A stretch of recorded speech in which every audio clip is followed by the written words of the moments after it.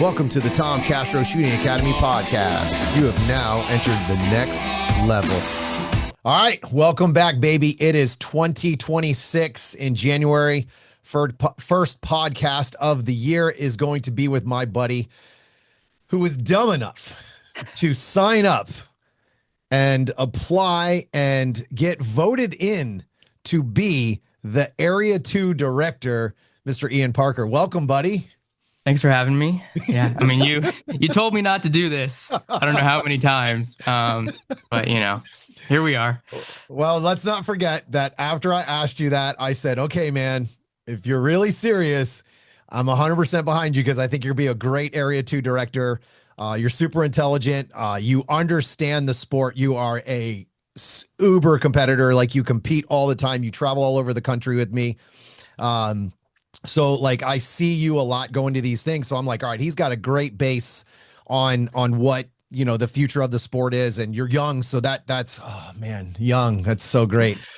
So like, that was awesome. So you have kind of a, you're excited about it and you want to see it do better. And it was like, all right, man, listen, I hate as a friend to see you jump into that job because I know what comes with that job. A lot of people don't appreciate what you have to do. They don't really understand what you have to do. So I was like, oh, dude, all right, just don't let this ruin your shooting, bro. Yeah, I mean, I think there's a lot of value I can bring to the org here. I sort of knew what I was getting into with everything that's gone on with the board lately, and the sort of drama that comes with it. But I think we're seeing some good turnover on the board. There's a lot of guys on the board now. I've been on a few months. We've had a few meetings. Good guys to work with. For the most part, they want what's best for the org.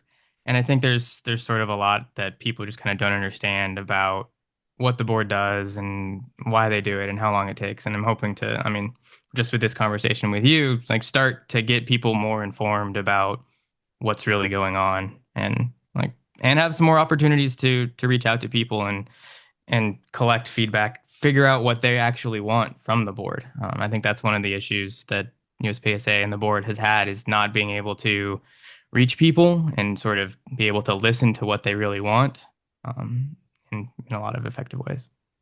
I will say that is one area where it did feel like it was kind of a battle for a while, where it was like we couldn't get any feedback.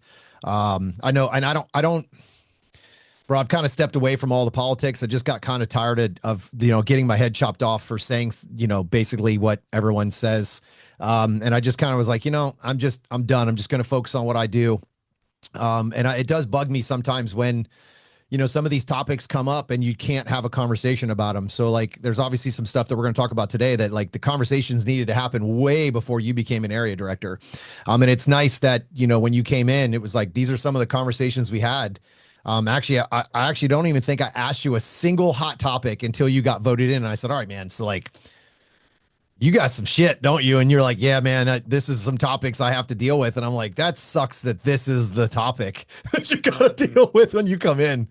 But it's good. So it's good to see that, that there is some feedback, some effort for feedback that's coming in from both sides. I think asking those questions and then legitimately taking those questions back to the board meetings and going, hey guys, let's talk about this or whatever it is, I think is super important. I think that's one of the most frustrating things as a member of this organization, is that you're not really getting a lot of, you're not really sure if you're being heard, right? You're not sure if you're being heard. So. Yeah. I think it's tough. The org, it's very small. Just in terms of like, Yeah. there's 9 board members and there's a handful of employees, and it's not like we're some massive corporation that like can come out and find good ways to collect feedback and interact with people. And our technology is like, if anybody's ever gone onto the website and tried to vote or submit feedback on, and we have a couple things up for feedback right now, it's Excellent. barely into the 21st century here, which is something that's being actively worked on, but that's just sort of one of like, our organization's not that big, even just in terms of number of members. So I think finding more and better ways to like listen to people is one of the things that I want to do. Yeah, it's that was another thing. I've seen people come up and talk to you. I remember somebody asking you to come talk to them, and then when you walked up, they didn't know who the hell you were. That was an actual awesome moment. Yeah, it's But fun. it's just like you called me and said, "Hey, we need to meet up," and then you don't know who I am. That's awesome. Uh, so that was what I actually, some of the stuff that we wanted to talk about, or that we talked about before, that you were excited to get out in the podcast, was I was actually, one of my favorite things about this is hopefully people get to know who you are and get to see who you are. I mean, I've known you probably going on 5 years now, um, and Not it's that been long. like, what's that? Not that long. What's it been, 4? I Three, think. something like that. Has If it been that. 3? I thought it was Yeah. 4 years now that I've been I've at only been Richmond. shooting like 3 years. Yeah. Oh, so I didn't Yeah. meet you when I first came the first year, did I? No, it's your second class, I think. I Okay, think. so then it's Yeah. 4 years. All right. So yeah, I think or so. 3 years. Yeah. So then four, because I've been there about 4 years. So that's what it is. So, Yeah. yeah, and I remember teaching you the first time I ever met you, and I'm like, this dude hates me and doesn't think I know what I'm talking about at all. Because you are a processor, right? Like, it's so funny. Like, now I know you, and it's like when I would say something, you were like, all right, let me figure out how I'm going to process this in my crazy brain and make it work for me. Yeah, I mean, I took both your classes back to back over 4 days all in a row, and it was a lot. Yeah, it's You a know, lot of information, yeah, dude. It's a hammer in the forehead for sure with information. And then, trying to push at a ridiculous speed when you really don't know, you don't own the skill, right? And that's the stuff that I try to explain to people. Like, you don't come to this class to get better right away. You come to this class to learn how to get better, and then you just go and work it, and you just put the time in and put the time in and put the time in, and it eventually just kind of falls in place. But it's kind of just it's more or less just to figure out, like, hey, the way you've been training is wrong or right. That's it. Like, correct. You've been doing this the wrong way. That's why it's not working. So this is a different way to look at shooting, and then, different way to attack it. So, but, yeah, dude, I can't, man, I've been coming to that club. So, in case anybody doesn't know, so Ian is out of Richmond Rod and Gun Club in California. So he is 100% behind enemy lines, in a gun hating state for sure. And he's in one of the biggest clubs, helps run one of the biggest clubs in the country. It's pretty awesome to see you guys at the top when you are from a state that absolutely hates guns. yeah. I mean, we benefit a little bit from the high population in our area and the low number of clubs around, but um, it really has grown a lot in the last little over a year, with some sort of like changeovers in club leadership and what we've really been pushing on match quality. And I think you were a big part of that. I know there's allegations that you run the club in secret from Florida, but really, you're just like a good friend to so many of us out there, and we talk to you about a lot of stuff. And you've trained so many of us, and like sort of what to look for in stages and how to break stages down and break stages and make them interesting and what's good and what makes for good shooting challenges. And we just sort of trying to bring the idea that if we make our local matches kind of as hard or harder than majors, when you leave our range and you go to a major, it'll be easy. And that's sort of, I don't know. I think we've done a good job of doing that, and it's really paid off in attendance and sort of like interest in our match. Your matches they're like a 180, dude. Like, it is such a different match. Like, I remember when I first came there, I used to talk to you guys. I'm like, this is ridiculous. Like, I would never come here for a major match ever. If no matter what you put on here, I would never come here for a major match if I wasn't already here. I was like, dude, I love you guys. I say, but everything was like 1,000 no shoots. Like, it would be like a 24 round stage with like 17 of them were no shoots. And it was like, bro, you could do so much better. Like, I know you have one berm, but it just takes a little more effort. Like, and you guys have taken that and ran with it, man. And it's been awesome. Like, every time I come there, like, I used to come there and run a level 2 class, and I would go and help build all the stages, because I'm like, look, I need these stages to kind of look like this. I think I did 2 stages before, or two level 2s before you guys kind of took it over and the regime change happened.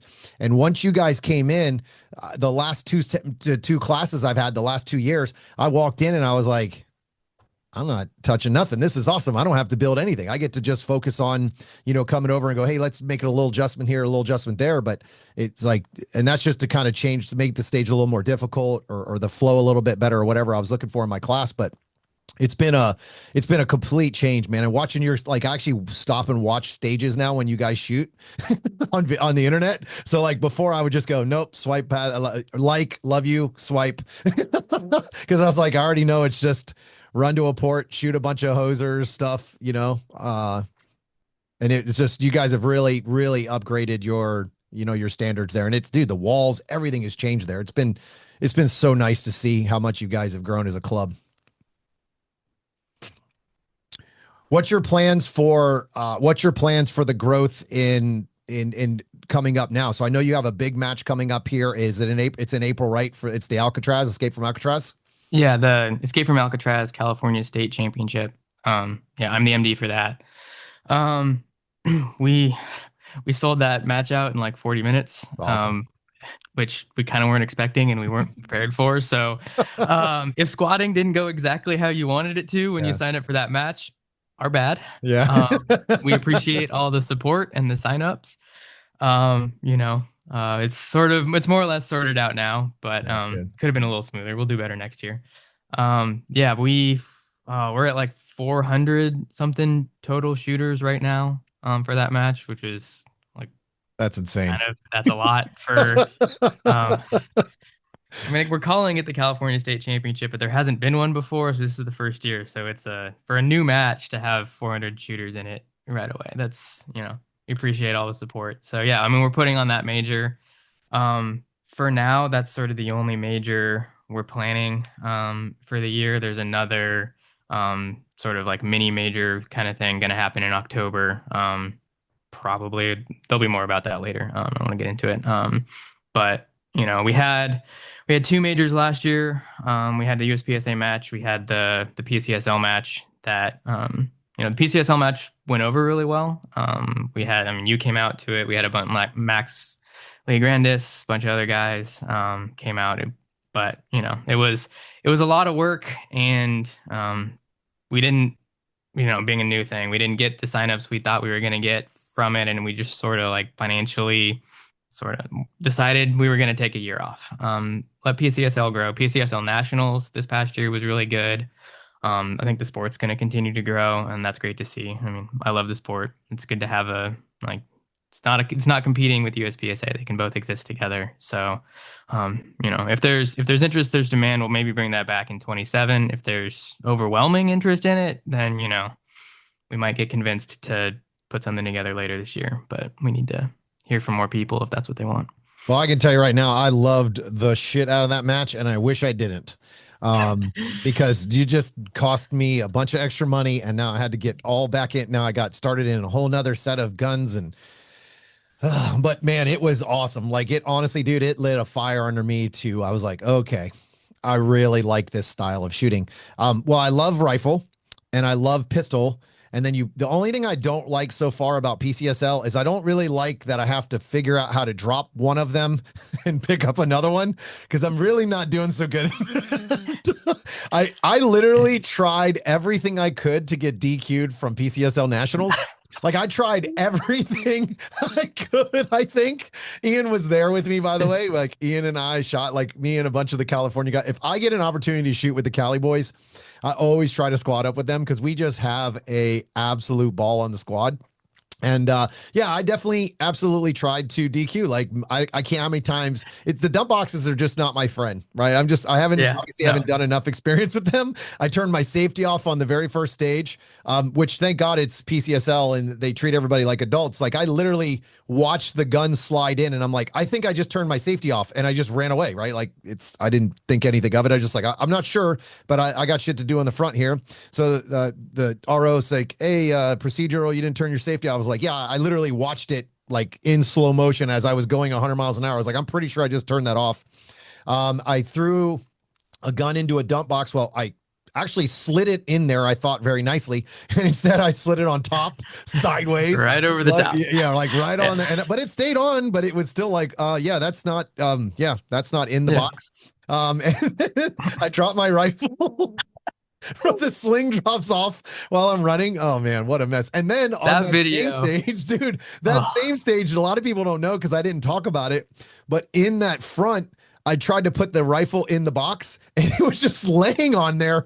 And I went to go unload it and it was actually flopping. I had to grab it and slide it in. Like, no one saw this, slid it in the box. Oh my God. I just like, I your was, video I from did that everything. stage is one of the best things I It think I've was ever so seen. terrible. I honestly think people enjoy that when people make mistakes, they don't hide it. Like I don't hide my mistakes, right? Like I make mistakes all the time, and I just enjoy. I have fun shooting. But like when that stage happened, I remember just like at the end when I looked at the RO, I'm like.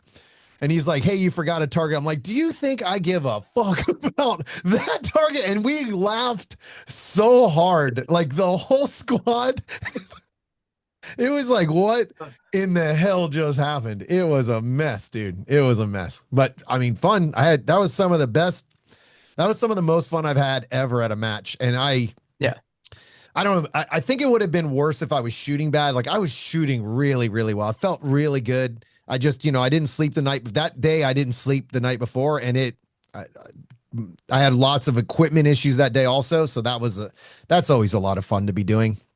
But man, dude, that was one of I think that was one of our best matches that we had ever shot together. We had so much fun just laughing and Oh yeah, joking and for just, sure. Yeah. dude, It was it was the best match I shot last year, and it wasn't close. yeah, it Yeah. was pretty awesome. And we have gone to matches, we've been to a lot of matches together. So, Yeah. um, but I think it was just great. The experience was good. It was nice to be wanted. That's for sure. Like when I got there, Max and them were like, "Hey man, like what can we do to make this better? What can you do to make this better?" And it was just really nice to be appreciated for and not hated so much for who I am. So that was kind of cool.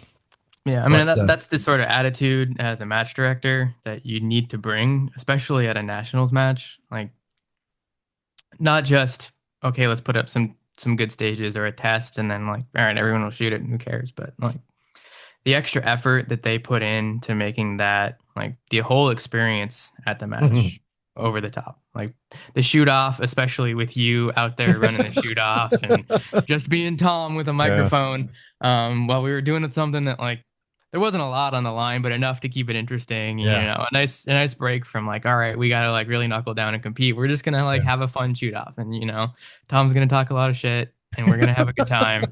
Um, but Yeah. just the whole attitude around the whole range really reflected sort of like what PCSL is about and how you can have a very serious competition while still like realizing that this is not a professional sport. We're all just kind of out here for fun. There are like 10 guys who make a living Yeah. doing this, Yeah. and it's not from the shooting matches part. There's Yeah. like two of them that make money from the shooting matches, and they're in the Yes. army. Yeah. Yeah. I agree with that. Most people don't understand that no matter how much all the posting and everything I do, none of that stuff comes from me shooting matches. I obviously love shooting. I love doing matches. I post a lot of my stuff because like basically the Tom Castro Shooting Academy came from and was created because there was no internet when I first started. Like there was obviously internet, but there was no information. Like I remember there were a few YouTube channels that talked about gear and stuff, but it was just like, what, like it was so bad. Like you could not get information. There was no coaching online. There was none of that stuff. And I remember like trying to get help from people. And when I was in Florida, we just didn't have a lot of great like top GMs. Like we had a couple here and there, but most of those guys were unreachable, right? Like you weren't going to go talk to them, or at least I wasn't. I didn't fit in with the crew. So like you weren't going to have those conversations with those guys. I also then like, I remember what I was treated like too. Like these guys treated me like shit. So now like when I meet new people, I don't give a shit if you've never shot a gun before. I'm going to treat you like you're a GM. I don't care if you pay me or you don't pay me. So like that's probably been the big change for me is just seeing how the sport's grown from everybody trying to kind of like help, right? Like there's been so much information and free information given that and you don't make money as a shooter. You make money as an instructor. You make money, on the side where you work your ass off on the backside, and then your shooting is kind of you try to take your shooting back when it's your turn to shoot, right? Uh, but yeah, it's definitely not. You're not average person isn't going to make a living doing this. That's for sure. No, but I mean that thing you talked about, everybody being so helpful, that's sort of one of the best parts of our sport. That you can't, if you mention casually to your buddy, like behind the line, like, oh, I left all my ammo or my whole gun at Yes. home today. Like you'll turn Yes. around and three different people will be like, here's a Yes. gun. And you're like, oh no, it's fine. Like I don't need to shoot. Like I'm just gonna like hang out and tape and then I'll go home. And they're Yeah. like, no, no, no, I insist you shoot my $7,000 2011. Like here, take it.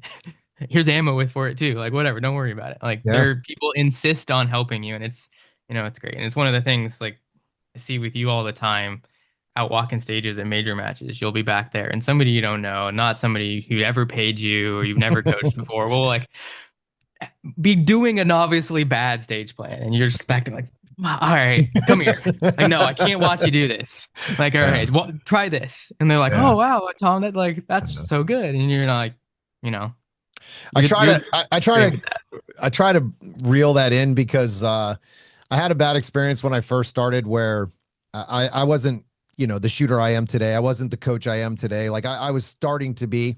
And I used to like unsolicited help, right? Like I would be like, hey, and so now I go at it a much different route.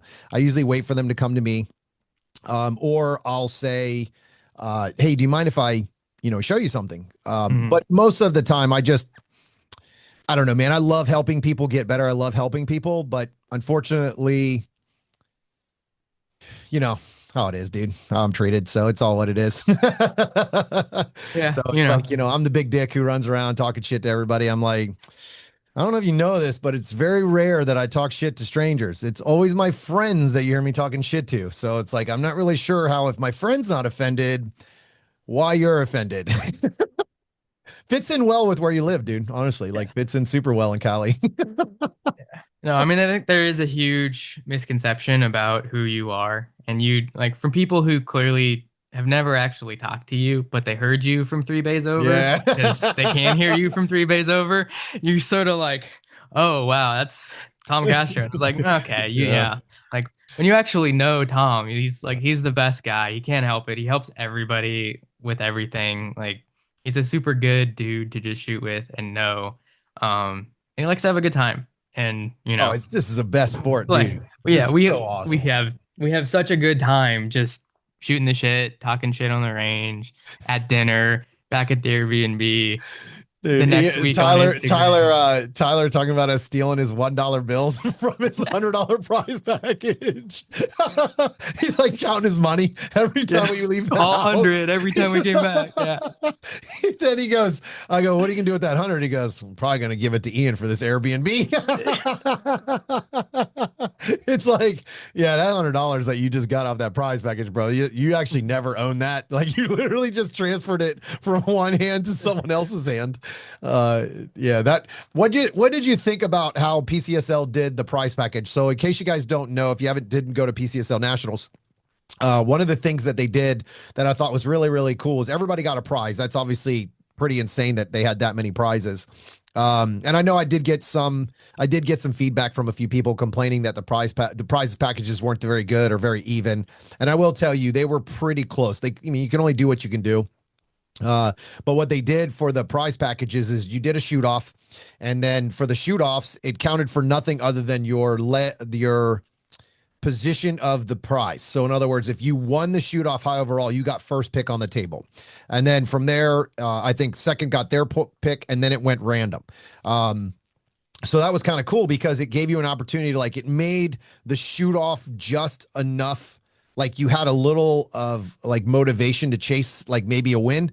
I mean, if you are doing this sport and you don't get excited to beat your friends, that's super weird to me anyway. So, but it gives you a little bit of an opportunity to kind of chase like a better prize or whatever it is. So what'd you think about how they did that instead of just, okay, well, random or, hey, dude, sorry, man, you're B class. You're going to be like 800th. So you got to wait until then, no matter what. Right. Yeah, I mean, I thought it was really great. I guess one of the, like they divided all of the prizes for the whole match into per squad prize tables. So I think some like things like nationals and area two and a lot of the bigger matches will do a like per division prize table order of finish. So like you said, yeah, if you're 80th carry optics at area 2, you're gonna walk through and there's so many good prizes there that you come up with something decent, but like you're not gonna get a chance at the gun or the cool thing or Yeah. whatever that like. And to some level that does draw better competitors into your match, because they know they're going to walk away with something of value that was like, for a lot of them, like they need to sort of make it work financially to shoot some of these matches, and that helps. But there are, I don't know, a handful of those top shooters. And if you're going to fill out a match with 400, 600 shooters, It ain't you all need to top be guys. catering. Like you're catering to the B class shooter. Like that's it. Most people are B. Yeah. Just bell curve. That's where everybody lands. So I think like having some way to like make it more exciting for people to get a prize. Something that we do at our matches, the last two majors, I've run out of Richmond, was the like prize at registration, which is very common. Like you go to registration, you get your raffle ticket, they grab your prize right there, and um, it's fair. We reserve some of the prizes for order of finish, so we still have a little bit of that. But for the most part, everything is just sort of randomly given out. So, you can be the worst shooter or the best shooter, and you have equal chance to get whatever cool prizes on the table. We have guns, we've got optics, we've got random stuff like brass bags you don't care about, the whole range, stuff that shows up. But it's not that exciting. Like you get a raffle ticket and someone hands you a thing, and you're like, oh, cool, I got a gun, or oh, less cool, I got a pouch. Like, you know having that opportunity to choose your prize, walk a prize table, I think adds a lot of value to like people being excited about what they won. That helps sponsors out because they donated all these prizes and they want to see people excited about the stuff that they got. So I think it was really awesome. It's something I don't know how we're going to introduce something like that for the Alcatraz match. We're still working through all the planning of the match, but it's this sort like recreating that opportunity to feel like you won a prize rather than got given a prize, and got to choose your prize. Because there are a lot of things that like, oh, this was a high dollar item, but we gave away a grip module for a 2011, and you're like, okay, sure, Atlas says this was worth $700, Yeah. but I don't have anything to do with that. Like maybe you wouldn't choose the highest value item on the table necessarily if there was something else pretty cool that you might actually use. Well, yeah, and I think that's the key is it's what would you use, right? So I remember this happening at PCC Nationals every year. I'd go up and I'm like, well, what the hell am I gonna do with 2011 mags? Like, I don't own a 2011 or I don't shoot a 2011, and I'm in the PCC division. Like, we're going to a PCC table, and it was like, well, this is what we have, right? Like, this is what we had for prizes, and they did their best because that's what they had for prizes, and they spread it out. But it was just like, well, I'm not. This doesn't. And at the time, MBX didn't have PCC magazines. That's how old I am in this shit. So it was like it didn't make sense for me to buy those at the time or whatever it is. So it's like little stuff like that where it's like, man, I just want something for my value, right? Like something that I could use. It's not always to sell. Like I think that's another thing is not everybody is in not everybody values the prizes like others. Like most guys are going to want to sell it. Most other people like, man, I really want something that I'm going to use. Like I know a lot of people love buying dot or get dots. A lot of people get dots and they use those dots. And then there's others that are like, well, cool, I'll get $300 for this. Like I got all the dots I could imagine. Right. But Mhm. again, it's like, all right, cool. Like, but at least you have the option to kind of go pick something that you would want versus something that are given. But I do like the fact that you could still pick your prize. Um, and you did kind of pick your prize on how good you did, right? So you had an opportunity to kind of change it wasn't oh man, I messed up on 9 stages or whatever. It was like, all right, man, you could be the baddest son of a bitch on the planet right now during this shoot off, and you can beat anybody, right? Like you can beat anybody. So it's really cool. It's just, I like the fact that it gives you a little pressure right in the middle of the match that doesn't actually equal or hurt you in a match. It's kind of cool. Yeah, and I really like the shoot off for that, and just like their shoot off in particular had a lot of opportunity for like the worst shooter to win. Yes. Like not like Yes. I mean, Yeah. you lost right away. Every time. I think Yeah. And I then even had a challenge round with you. Dude, I yeah. have lost every shoot off against you since I've met Hmm. you. I Yeah. really don't like you very much when we do shoot offs. So I think I'm going to tie your shoelaces or something. I'm going to do something and mess you up on the next one. Or maybe I could just finally shoot good when we shoot against each other. That would be helpful. Yeah. That first shoot off was the very first class I took with you. Like Yes. I was Yeah. not a good shooter then and I didn't know what I was doing, but 4 days of class with Tom and you can kick his ass at a Yeah. shoot off, no problem. That was Uh, pretty rough, dude. I gotta tell you, those long week long classes at Richmond are like a couple of guys have always said something to me about like, man, this guy beat you and that guy beat you, and I'm like, bro, first of all, I don't give a shit that they beat me. That's the first thing because I don't really care. I was like, the second thing is I've been here for a week. Like I do 2 day classes that are 10 hours a day on average. So yes, I'm a little tired. Like, but so like add that up. That's 4 days, 5 days. I get Saturday off, which usually doesn't really equal a day off. I usually do privates or whatever. And then I go and I run a match with you guys on Sunday. And I coach on every shooter walks off. I talk to them what their stage plan was. I do stage planning super early in the morning. Like I love it, dude. I wouldn't change it at all. But it's just like if you really think that I give a shit about a local match, like, dude, yesterday we went to a local match and I shot one of the best matches I have shot in I can't tell you how long. And it wasn't because I won, because I didn't. I actually lost by 20 points. And there's a reason why I lost by 20 points. The guy that beat me is getting very good. His name is Austin. He's really good. I like this guy a lot. He works really, really hard. I believe he's law enforcement, if I can remember correctly. But great guy. He goes and volunteers and builds stages there. Guy's awesome, right? It's going to be a great shooter in the sport. I shot 15 round magazines. He didn't. I can make up all kinds of bullshit excuses. I should have beat him. Oh, well, I don't care. Guys are like, oh, well, this guy beat you. I'm like, I don't care. I'm practicing. Let's see what you got at nationals. Let's see what we're at nationals. Let's see where we're at big boy matches. Like, I don't care about the locals. That's the biggest change that I think that I've seen for myself as a shooter is like, I don't care about winning and losing anymore. I care about getting better. Dude, I have found another speed, brother. Like, and it's finally starting to look. I am not making mistakes. I had 18 Charlies, 122 alphas, 18 Charlies, and a single mic. I wonder why, because I went and yanked off the target. But it was like, oh, yep, I knew that happened. I felt it, right? But it's like I was significantly faster than everybody else with those same hits, right? And it's just like, all right, baby, let's go. I mean, I made mistakes just like everybody else, but my focus was to practice what I'm getting ready to go shoot. I'm getting ready to go shoot a big IPSC match. So it's 15 round mags and production optics. So I've been just focusing on that. And man, it has been awesome. I am enjoying the shit out of that 15 rounds. And I actually used to not like that. I used to love just having all the bullets. And now I'm like, man, I'm enjoying the strategy again. I'm enjoying that part of the sport. Dude, we had a bunch of 32 round stages. What a nightmare it is to find out where to reload when don't want to, you know, it's like, Yeah, I don't, nobody's designing stages for low cap or even like, I mean, we're guilty of it. Like, we yep. don't even we do the 8 round neutral thing. Like, you're not against the rules too many rounds in one spot, but like, let's blend every position together the entire time. There's not going to be a good spot for reload. Got to figure it out. It makes it interesting, and it's another challenge. Oh, there was a couple stages yesterday that I shot that I was like, and I want to break my own rules here and go back to 24. This would be a great array here for only one reload instead of two.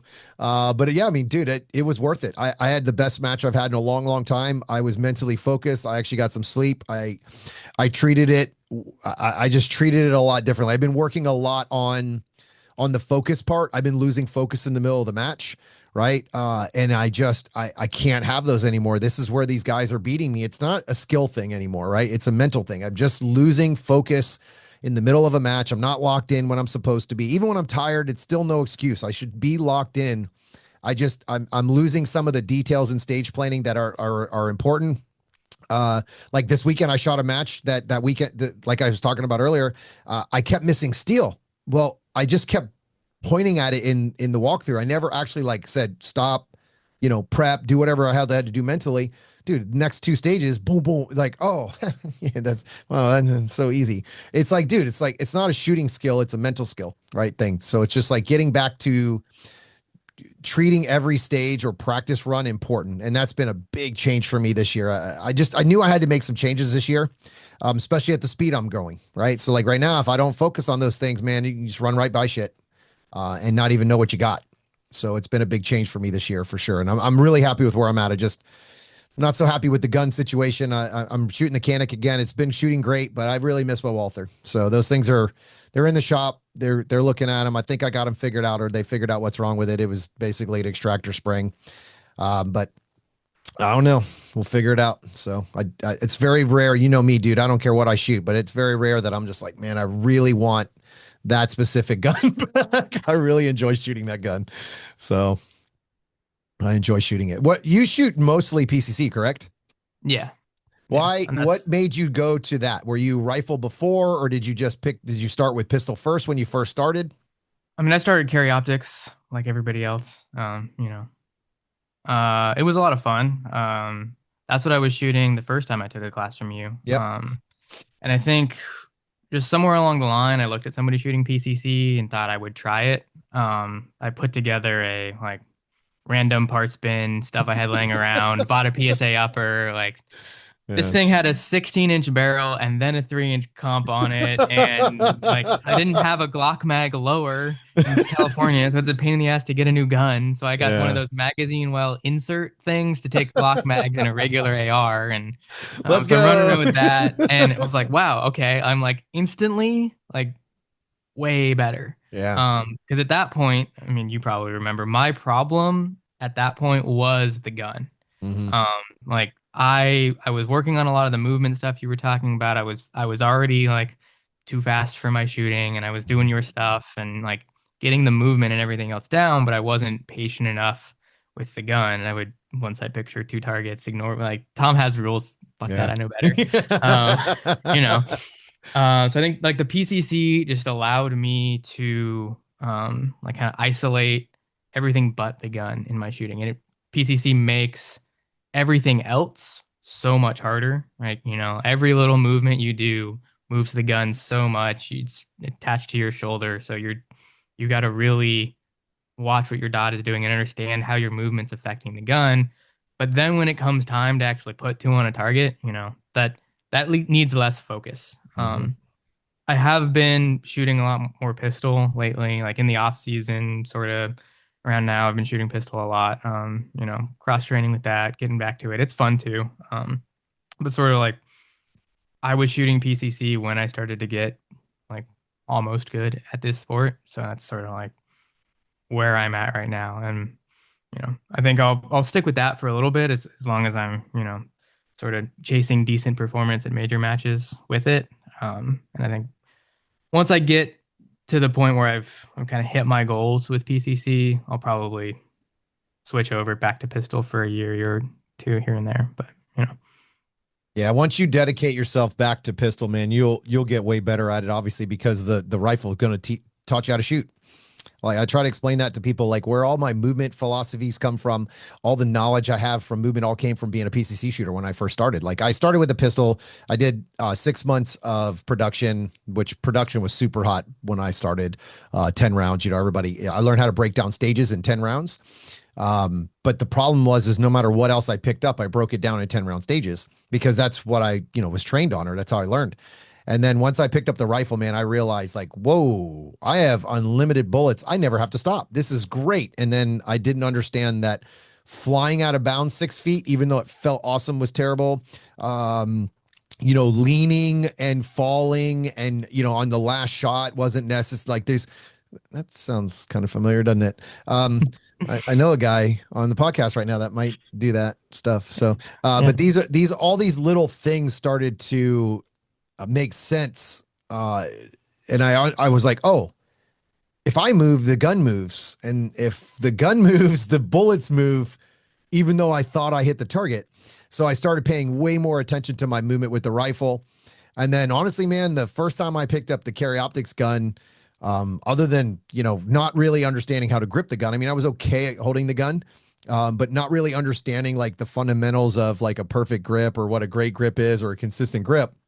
I took 16th at Carry Optics Nationals the next year, and I actually made GM through Nationals, like at a Nationals, and with Carry Optics, and I was like, okay. And the only reason I ended up picking up a Carry Optics gun was because people shit on me so much about that I couldn't shoot unless I had a rifle. I was like, all right, motherfucker, watch this. And then from there, I just took off. Dude, I won a couple of area matches. I don't know, I probably got two or three of those things at this point. Bunch of podiums at those at area matches. I haven't been able to win or podium at a nationals. It's funny because I've beat a lot of the guys that are winning matches or have podiumed at nationals, but I just can't get it together when I'm at that stupid match.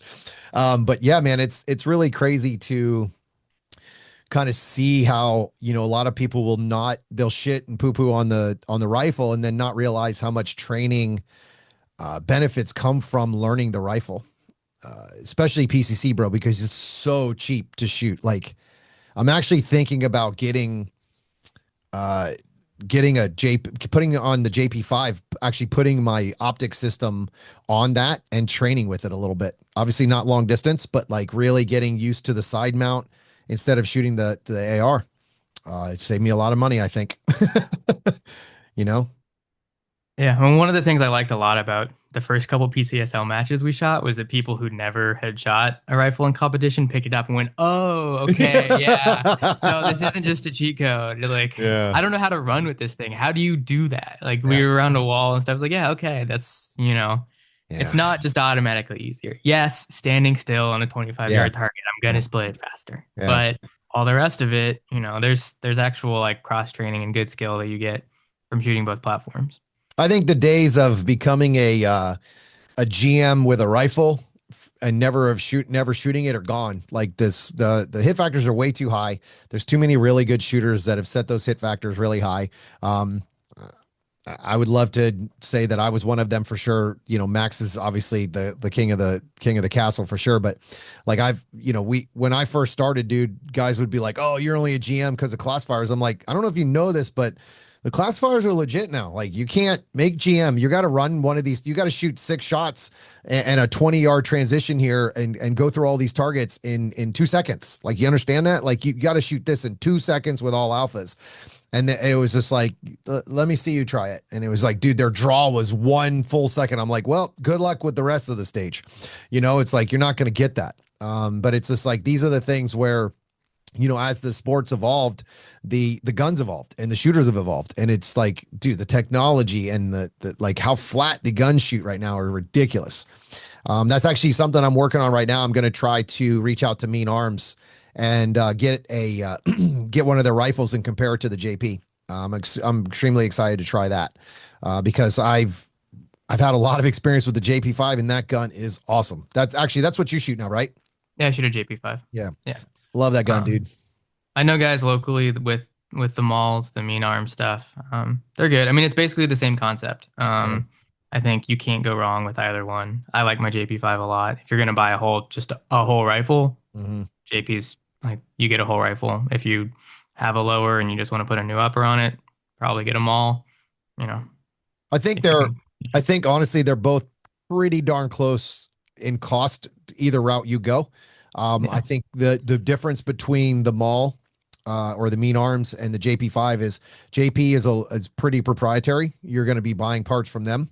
Obviously mags and stuff like that you're not buying, but if you're buying a part, you're buying it for that. A lot of the stuff that you're going to get on the mall, like a lot of the lower stuff, you're going to get an AR, you know, parts from ARs, and you can buy that anywhere.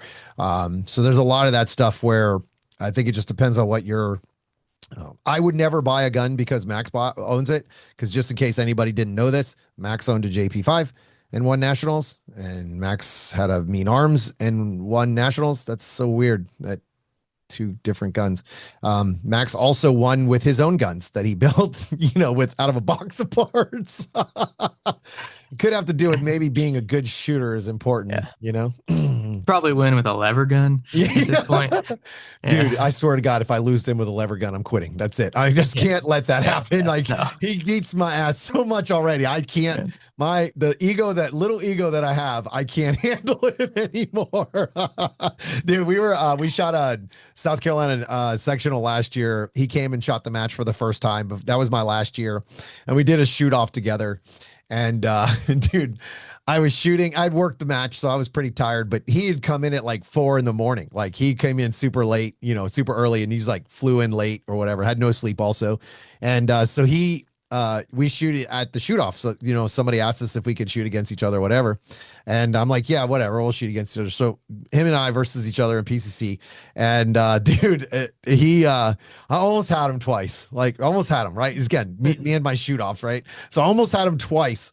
And the second time he beat me, dude, I don't know. I don't know what I was doing. I think I don't even think I think I stayed in the same box. I forgot to leave the box or something. Anyways, but the one that I almost beat him on, I had him, and I was like, I just missed the shot right before he made it up. And on video on his hat cam, you can hear me cussing him out like, you mother Max, I fucking hate you, And he sends me the clip from his hat cam, and he laughs like, I'm like, you son of a bitch. He's so good, dude. He's such a great shooter. He's awesome. I like that guy a lot, but it's just like he's so frustrating as a competitor to beat because he's so talented. Like the guy. He's so fast, man. It's pretty wild to watch. It's honestly, I'm a fan. Like, it's crazy to say when you're trying to beat a guy, but I'm a giant fan of watching that guy shoot. It's very impressive.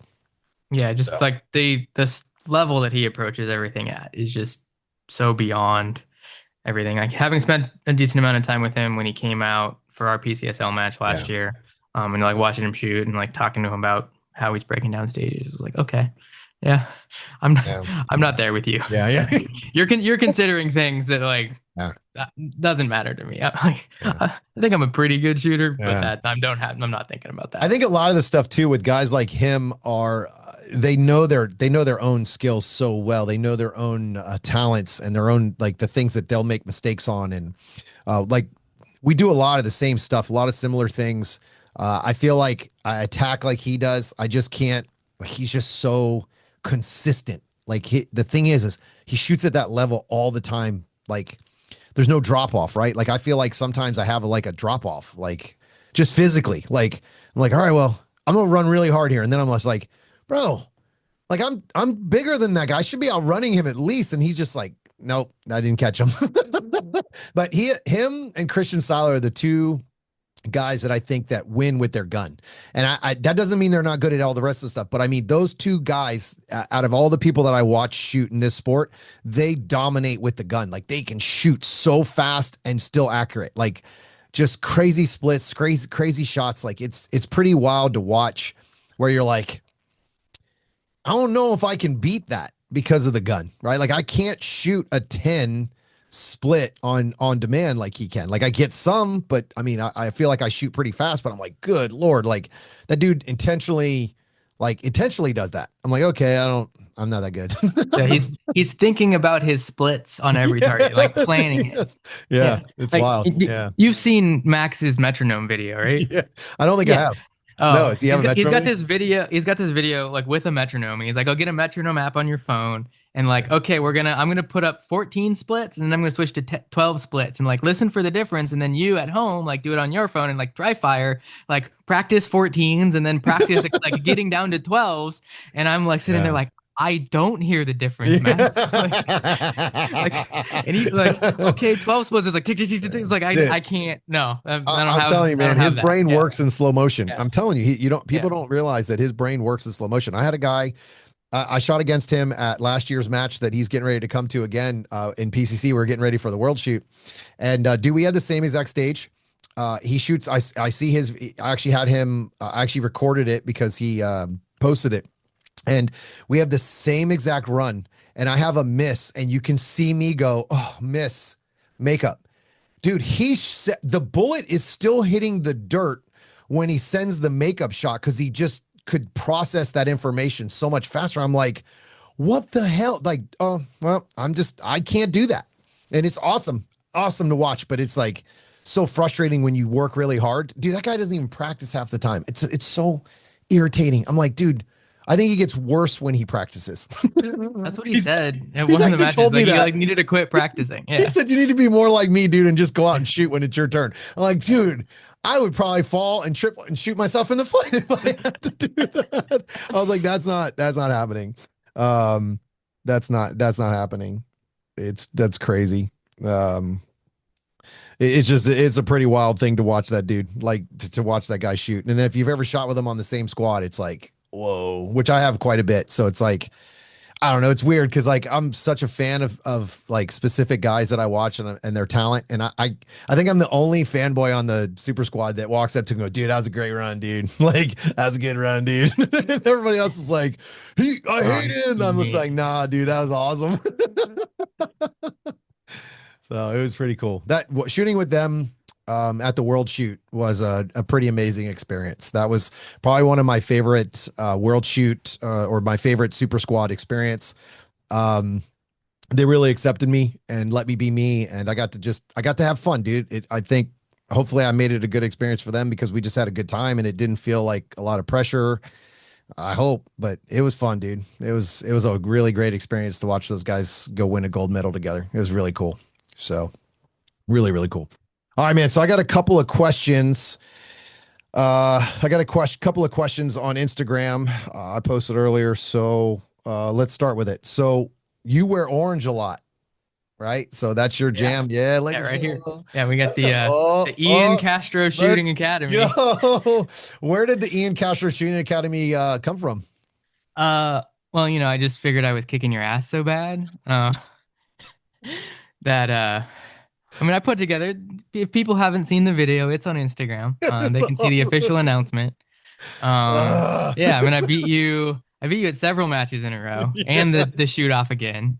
But So he cheats and shoots a rifle and I have a pistol, so I'm gonna make all the excuses. What other yeah, excuse can I come up with like yeah, it's everybody okay. Have your else? excuses. A win's Um, a win, yeah. baby.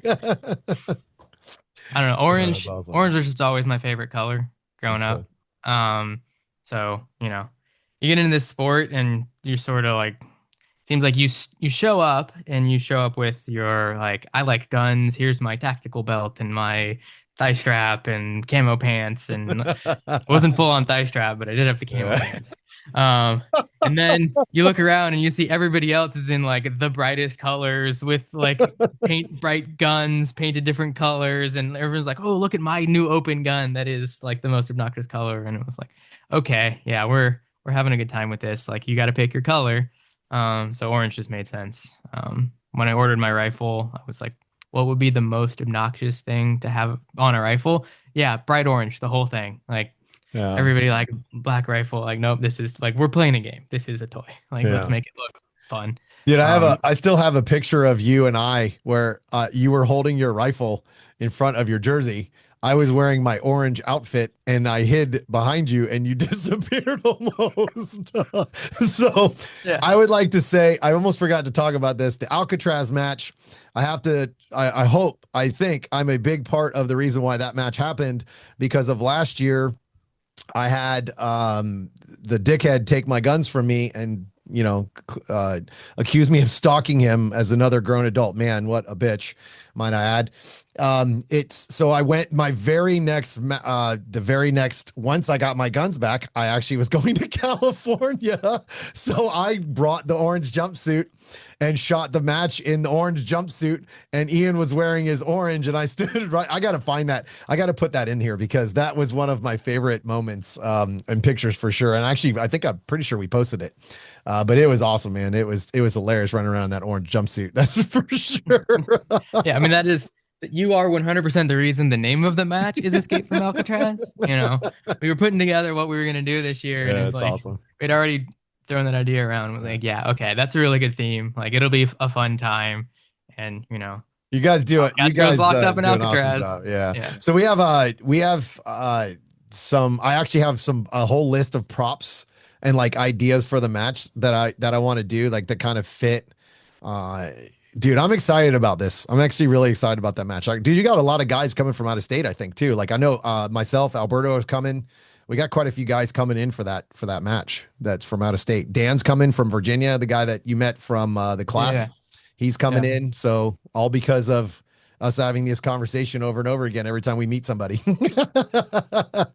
So it's really Yeah, I cool. mean it's awesome. We are like, I mean, with the last one we did, Golden Bullet last year, we got, Southern California, Nevada, Oregon, sort of around states around. But I think that that match we did it's like such a good job with. And everybody saw what our club has been doing, and now they're coming from even farther away, which is, it's cool to see. It's validating that, all the effort that you don't get any, make any money. Like I make nothing. I lose money driving in the range every day and Yes. all that kind of stuff. But just I do matches because I want to shoot that match. Like if I put all those stages together out there and I was the only one who shot it, then cool. Like that's all I like. Yeah. I wanted to shoot that match, but to see 400 other people agree that what we're putting on with our whole team is a good idea and a good use of their time and money is feels really good. I think one of the big things for you guys too is that you guys do really good job with feedback. We've had lots of conversations. Dude, I think the last match we were having a conversation. I was like, "Hey, man, if you feel like I'm shitting on your match, just let me know and I'll stop bringing up stuff." Because it was not big stuff. It was just always little stuff, like stuff that gets lost in the weeds when you're busy, right? Like basically, like someone else could have probably, if they gave a shit, would have said, "Hey, this target is leaning, this time, but not the time before." Or instead, it's like, "Oh, cool. The gamer just walked up and said, don't say anything, man. This is going to give us an advantage." Um, so it's like little things like that where that extra set of eyes of somebody who actually wants it to be more difficult. And you guys do a really good job at like kind of catching that stuff, after feedback. Like you're like, "All right, put it on the list, bro. Put it on the list, put it on the list, that kind of stuff. Improvement in staff, all that stuff, dude. It's awesome to see that. So I think the problem is you get to a point where a lot of guys or a lot of people won't say anything. Instead, they either won't come back or they just bitch and moan about it instead of like, "Hey, let's give some solutions." Like it's never just a complaint with me. It's always like, "Hey, this is how I would fix this," or "This is how I've seen it fixed before," or "These guys do this at another club, works really, really well. This is how we did it in South Carolina." And then vice versa, taking feedback on what you guys think is like, "Oh, dude, I like that. I got to make sure you start adding that to whatever I do or whatever it is." This is the part where I think a lot of clubs kind of fall off, bro. Nationals. I feel like we need to listen to the shooters, man. Like Carry Optics Nationals last year was fucking terrible. It was one of the worst matches I've ever been to. And listen, I'm not a complainer about stages usually. I mean, there's a couple of things that I just absolutely can't stand about shooting, but somehow I always still seem to shoot them.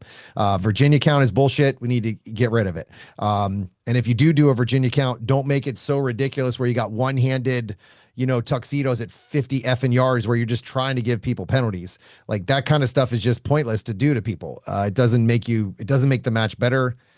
Sometimes you do stuff at matches where you're like, "I want someone to talk about this." Well, if it's a stupid ass stage, it's probably not a thing you want people to be talking about. But it's like, but that feedback just sometimes it doesn't reach,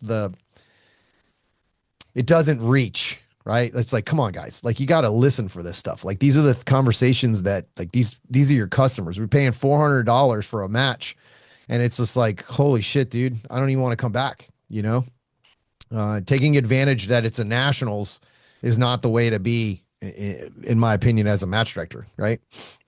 That's something I've actually had a conversation with several of the other guys on the board. I think the current makeup of the board, I don't want to speak for everybody, but I've had enough conversations that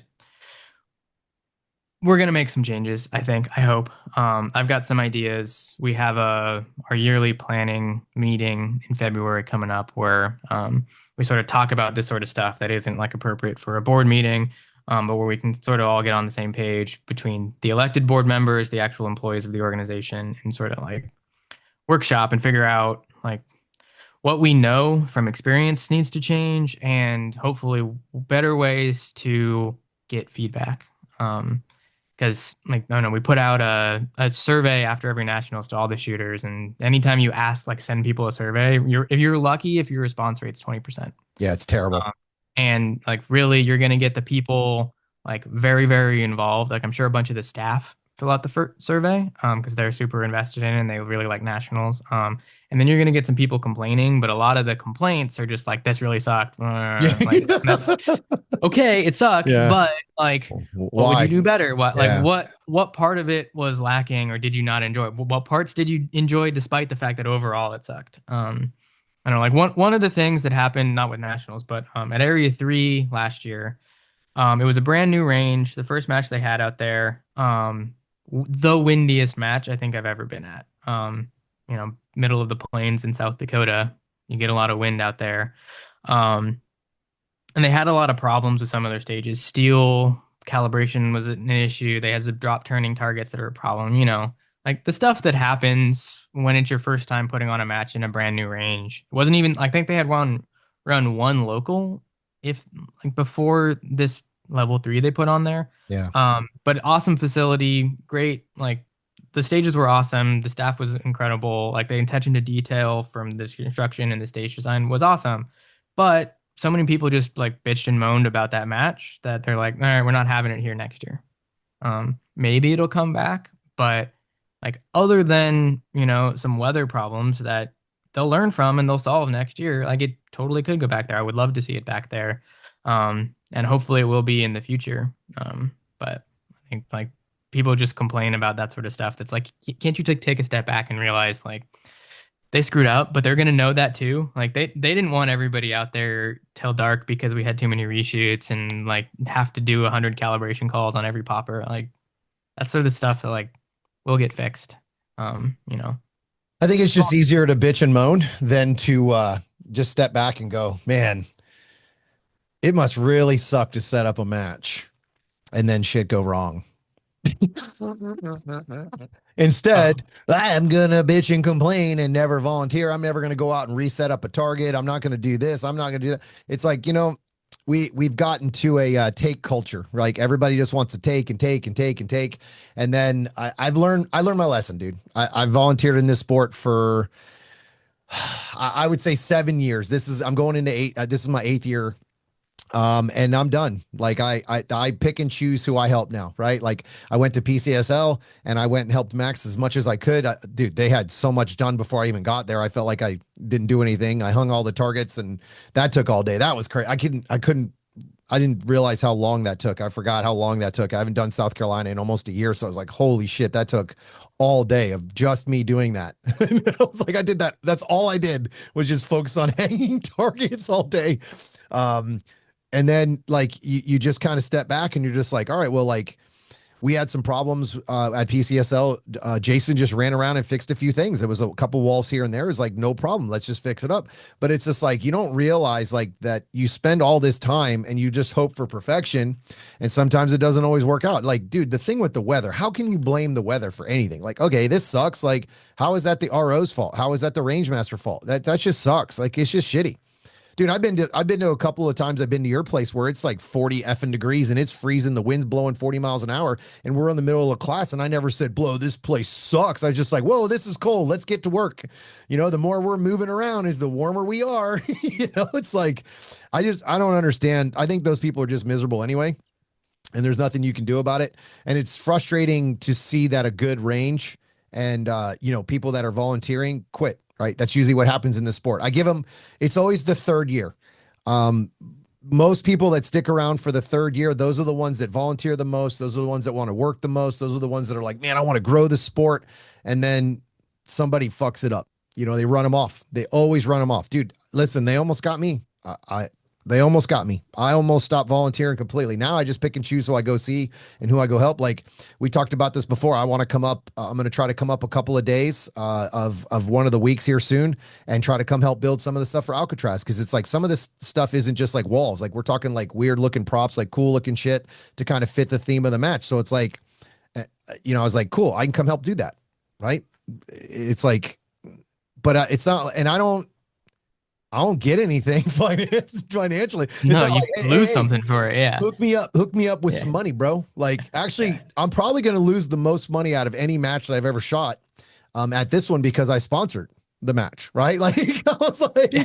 I was like, I sponsored the match too. So it's like, yeah, I'm not, this isn't very financially smart, but I don't care. That's not what I do this for. I do this because I love you guys and you put on an amazing match and I want to support you guys. You know, it's like, that's the part that I don't think people understand is like, this is, it's a labor of love, even though we're idiots. Like, you know, it's like, it's a labor of love. Man, there's nothing better than when the guys walk off the stage and like, bro, that was so much fun. Like, I heard that a lot at PCSL Nationals when we were doing the shoot off, dude. I can't tell you how many people were like, this is awesome. This is great. We love this. This is so nice. We need to do this at every match. And I'm just like, good luck with that.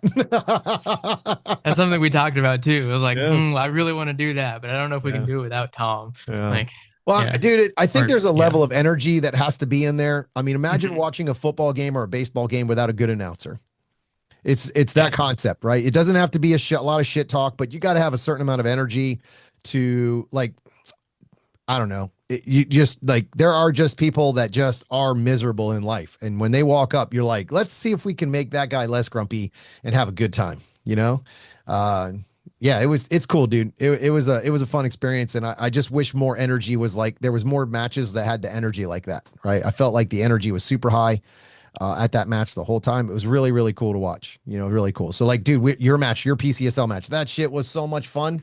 Oh man, that was so much fun. And it was just the energy was high. We were all laughing and joking. It was just it was cool. It was a fun match, you know? And I think that gets lost. I think that stuff gets lost with the competition. I think sometimes nationals, you know, you get nationals and you start adding all this pressure to yourself and you forget like, oh yeah, this is fun, you know? Like It definitely is something that, people need to kind of remember, even if you win nationals. Like, you're not winning anything for that. yeah. You get to walk the prize table. You might get a like $500 gift certificate or like a pistol or something. Yeah. Like, you spent more than that on your flight and your Airbnb and all the ammo and your rental car. Like, that's just for, or the match fee itself is almost $500 for nationals. It's like you're out a couple $1,000 just for showing up. Like, you didn't break even by winning first place. Like, we're Not here for even fun. close. Yeah, not even Yeah, close. You yeah, definitely don't break even doing that. I mean, dude, yeah. honestly, it's impossible for me to track, but no matter how good I do at nationals, no matter how well I place, no matter how much I post about it, I don't know if anybody even signs up because I do well. I don't know if anybody signs up because the videos I post. It's just like just taking a chance, right? I'm just putting in the work continuously because I love it. I love sharing my information. I love teaching people. So it's like I make videos like I made a shoe review yesterday today I posted it and it's like holy shit, like people actually wanted to hear about shoes. That's cool. Like it's doing really well. I'm like Yeah. that's awesome. And actually I'm actually kind of excited that everybody enjoyed it because I have like 800 different pairs of shoes to try now because in the YouTube video, like the archives, that'll be a shoe archive for how many people know about different shoes. Like there are so many different shoes. I'm like, that's a shoe brand. I've got to go see what that is now. So it was really cool because I feel like you could go back to that video and find, you know, a different brand of shoes that maybe something's not working for you. So, dude, I've spent a lot of money. I didn't even realize that I was going through my Amazon history just to see if, like somebody asked me about a pair of shoes and I was like, yeah, I'm pretty sure I own those. And I was like, oh, I missed a whole lot of shoes that I haven't talked about. There might be a shoe review too, baby. Because I was like, I didn't Yeah. realize there was way more than this that I had for shoes. There's a lot more shoes that I've tried that were just junk. So, but for sure. Okay, let's get to the next question. Let's see. Plans for area two, bro. Do you have Um, any plans for area two? Like, is there anything that specific about area two that you're looking to like bring as the area two director? um, well, I guess sort of my immediate plan is I want to try to get out to the other parts of the area that don't really see like people come to their matches from out of state or out of town very often. Area 2 is very much dominated by Phoenix, Arizona. And then we have pretty big population center up here where I am in the Bay Area, some stuff in LA. But really it's kind of like the Bay Area, well, Arizona and then a little bit of the Bay Area are like the dominant parts of Area 2. But I've heard from people in New Mexico, Colorado, that like they straight up asked a previous Area 2 director, would you come out and visit us? And we're told, why would I do that? You guys are so small. Like, Christ, Well, dude. because it's a whole state in your area, Yeah. like it's a bunch of people out there. So I'm already signed up for the Colorado, I guess it's the Colorado sectional, I think it is. And then the Hawaii state match this year. So I'm gonna get to those. Unfortunately, the New Mexico sectional is the same exact weekend as a big match up here. That I like. I work their match, they work my match. I design stages for that match. I can't bail on them. Gridiron. So I'm going to find some other time, hopefully, to make it out to New Mexico, or that might have to be a next year thing.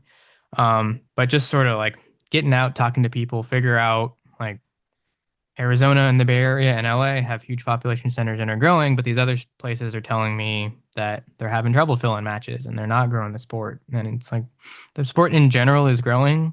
What like what do you need help from the org to grow your guys' clubs, the sport in your area? And one of the things that we actually do have in the budget this year from the org is some money to support clubs more. There's been a lot of growth in membership and in shooting, like just activity over the last year in USPSA. And the focus of 26 is going to be on supporting that growth and making sure clubs like are prepared for increases in shooters. They're running good matches. They're continuing to grow like sustainably. And I mean, the board put out, or not the board, but the org put out a new shooter experience website that like it's a step in the right direction in terms of like getting people to even understand how to even get started. When I started in this sport, I had watched a YouTube video from Gun Thoughts that was like USPSA is the best way to get better at shooting, and I had never heard of it before. Like despite having owned guns and shot at the indoor range for 10 years, and then I figured I live in the Bay Area. There's no way this exists anywhere around me in California. There's no competition shooting here. So I Yeah. Google it, and it turns out I live like 30 minutes from the biggest club in the country. It was like, Yeah. oh, it wasn't the biggest club in the country at that point, but it Yeah. like by some metrics we are now. Yeah. So I was like, oh, okay, yeah. Why are we making it so hard for new people to show up and like get started? So I think that's sort of helping that out or figuring out what I can do in those other areas is my goal for the area in general. Yeah, I would love to see man, I would absolutely love to see us go after the instructors or go after the big companies. I think one of the biggest issues is we don't go after the big companies in the proper way. So what I mean by that is every Vortex dot, since they're a giant sponsor of ours, every Vortex dot gets a coupon code in every dot that goes out the door, even if we have to pay for it. Even if we have to pay for it, it goes in every single box that they send out or package or whatever it is that needs to be part of the mail. That's a mailing list, bro. You start putting that in every dot, every single person's going to go, what? Whoa, what is this? I didn't even know there was competition for guns. That's how you grow the sport, where the money comes in, because now your sponsors are now seeing a direct result from the advertising from USPSA. They not only are they going to buy your dot, but now they're going to use competition. Guess what? Now they're going to buy a second gun. They need a second dot. Boom. Everybody has two guns in this sport. Shit, almost everybody I know has six guns in this sport for different divisions and so on and so on and so forth. This is the stuff where we think so small and we don't think big picture. We're so worried about growing. It's like I've heard people like, "Oh, we're not growing. We're not doing this. We're not doing that." I'm like, but just imagine if we had more clubs to run more matches. If you grow, if you gave me a way to expand, in these ranges, like some of these ranges, even though they seem busy, like a local match could make them $1,000 on a weekend that they're closed.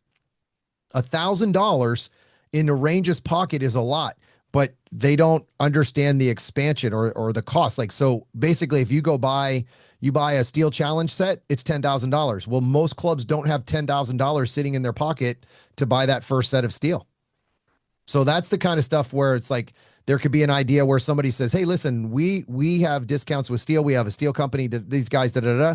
We will loan you the steel, and you'll pay us back for it."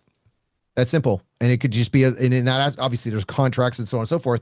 But, and if it doesn't get paid for, you keep the money and you bring the steel back to you.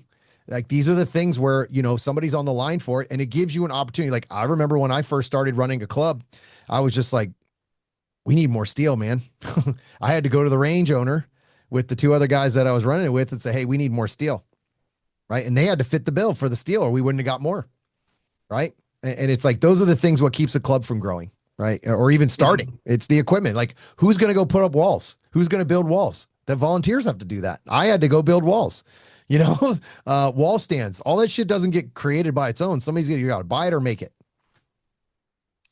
Yeah, and I think like that's another area that the org can do better, in just like helping clubs figure out how to make their match better. What sort of stuff.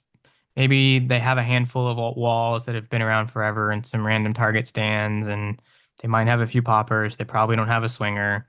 They're putting together what they've got around to make a match, Yeah. but if there's not somebody from that club who is traveling other places, seeing other matches, going to major matches, they might never get exposed other than maybe watching some videos online of what else is out there and like what everybody else is doing. So if we can set you up with like here's a quick and dirty way to cheaply make a dozen walls for Mm-hmm. $100. Like go to your hardware store, get some lumber from Home Depot, throw together enough walls for like 3 good stages that you can have at every match. And then you have a classifier. And now you got a 4 stage match. Like that's all you really need if you're just getting started. Like stuff like that. Or like, yeah, like let's get you some steel. Like find a way to get like the most bang for your buck steel that you can use. Like if you want to start doing steel challenge matches, how can you like buy stuff that will be useful for steel challenge and also maybe you can reuse it in USPSA. Those steel challenge, the big rectangle ones, those are really good armor for a Yeah. swinger. Right there. Yeah. You don't need to buy a bunch of barrels. You got your Yeah. steel challenge plates, buy a Yeah. swinger. Like now you got that going. There's a lot of stuff you can do to sort of like make the most out of your money and your budget at a club. And it was one of the things when Richmond really started to grow over the last year or so. It started with just a big investment in new walls. We had a bunch of new old Yes. 4 foot walls made out of 2x4s. They were the heaviest thing. Heaviest fucking thing. Oh, they I blew over in remember the telling you, wind. dude, I remember telling you, this is why no one wants to build here. I'm exhausted from putting up 3 walls. Yeah. Those things were so damn heavy, dude. But we got Oh, new walls. They were yeah. light. They were 8 foot. We could build easier. Like it Yeah. looked better. We bought some more swingers. We bought new steel that wasn't old, like a pain to reset and calibrate and whatever. We got the good steel that just falls from Targets USA. The The best match pop. quality, I mean, match Yeah. quality goes up. Match quality goes up when you don't have a bunch of problems also in a match. Like, so I Mhm. remember us having this conversation quite a few times where with the old steel, you'd be like, Jesus, man, we had like 4 reshoots on that one stage and it held up an hour of the match because of this. Or then also you guys got really way better and improved so much on like stage flow. Like, okay, we can't have a 32 rounder and then a 10 rounder right after. Like we've got to kind of like, okay, this one's going to be 24. If we really want that 10, this one's going to be 24 with a lot less reset on that 12 or whatever it is. Like, and those are the Mhm. things where a lot of people don't understand is like, that all comes from a knowledge base of running matches. And I feel like that's another thing that I feel like the org could do is with little to no work from the org is bring in basically a consultant to where they bring all the guys in from all the match directors that make awesome matches and go, hey, do you guys like have any like specific things that you do that you would recommend for a new range master or match director? Like how would I get this guy to understand like this is what it takes to basically run a successful match? Financially also, like, and I don't mean like, hey, this is you're going to make a bunch of money, but I mean like, hey, listen, this is what you should be, this is what this costs to basically have a match. So like you guys, you basically know exactly what it costs to have a match every single time. You're like, all right, so let's just average this many targets, da da da. This is how much we need. Okay, cool. Then we need this many targets at all times on the range, so we can have these matches every single weekend. And it's like those are the little things where like you don't know that until you start doing it. I know I went through the same growing pains because we had no idea. We just kind of figured it out as we went. And we had a successor to us that kind of helped us a little bit, but we didn't really ask him any of the financial information. We didn't say, hey man, like, how much does it cost to run one of these? We just kind of figured the shit out. And which, again, we had three of us, so it was easy because we just kind of all sat down and talked about like, hey, we need to start saving some of this money. So in case something goes wrong and we can buy the swingers and this and that. So it was good that we were all on the same page. But at the end of the day, man, if one guy just wants to keep collecting the money, it ain't gonna do us any good. You got to spend some money to put it into the club to make it better. But yeah, that's I think that's a big thing that the board could definitely do is help new clubs basically create. And finding a way to bring the money in from outside the sport would be something that I've been preaching for forever. Like we gotta stop looking for us for the financial. We gotta start finding a way to get the money from other companies. Like, dude, I'm partnering up with a bunch of different sponsors this year, and I'm not sponsored. Right? Like I'm not sponsored at all. Like Vortex, I am going to do some videos for them this year and I'm not sponsored. I am going Mhm. to do some videos for Howitzer this year and I'm not sponsored. I'm not even asking for sponsorship. I just messaged those guys because I have some connections. I know Eric from Howitzer and I know my buddy Chris from Vortex. And I'm like, hey man, listen, I found this hilarious video of this guy doing, clothing videos. And I was like, send me anything that you guys want to sell, shirts, hats, whatever you got, and I'm going to make all these funny ass videos to help promote you, right? Like I'll promote the shit out of it. It's not because I want a bunch of, dude, I only wear Tom Castro Shooting Academy shirts anyway. So it's like, I ain't looking for a bunch of free shit, but I want to help promote these companies that are helping us, right? Like Vortex filled a big void when 6 Hour left, right? Like we just don't do a very good job rewarding these companies, in my opinion, or at least showing them how well how much we appreciate them. That it just drives me nuts to watch from the outside. So I don't know. I feel like that's a big deal with the org that could be. Again, I know you're the area 2 director, but that's the stuff that it's just like as a collective board, like we've got to stop looking at this as a hobby. And once we stop looking at it as a hobby, even if it stays a hobby forever, at least we can financially make this a different sport. Um, because right now, in 2 years, we'll be charging $600 for nationals and get the same fucking match, right? Yeah, I mean, there are millions of gun owners in this country. We have 40 something thousand members, and 25,000 of those are actually active members, right? Like, there could be a lot more shooters. There could be a lot more money. I mean, how many of us have, like you said, like 6 guns, and Yeah. like that black cabinet right there has a whole shelf full of random optics that aren't even on guns because I was like, I'll Yeah. try this one or I'll get a new Yeah. one, Yeah.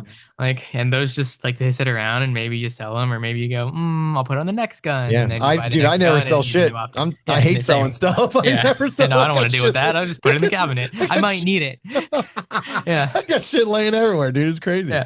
It's just like one of those things where it's like if every one of those optic companies knew that you bought a dot from them, right? And it was like, hey, I didn't just buy this dot. I bought this dot because of the sport. And just so you know, there's a bunch of idiots just like me that buy all these dots also from this sport.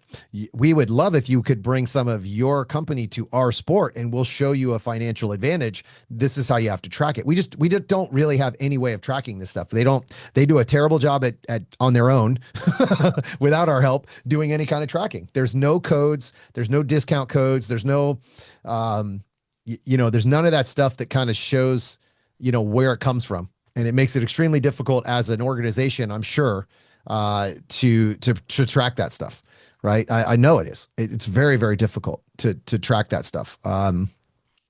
But it is what it is. It's part of the game. It's a numbers game, right? It's just like sales. You have 1,000 people come talk to you about something, and you'd be lucky if you get 15. But I got 15 that I didn't have before, Yeah.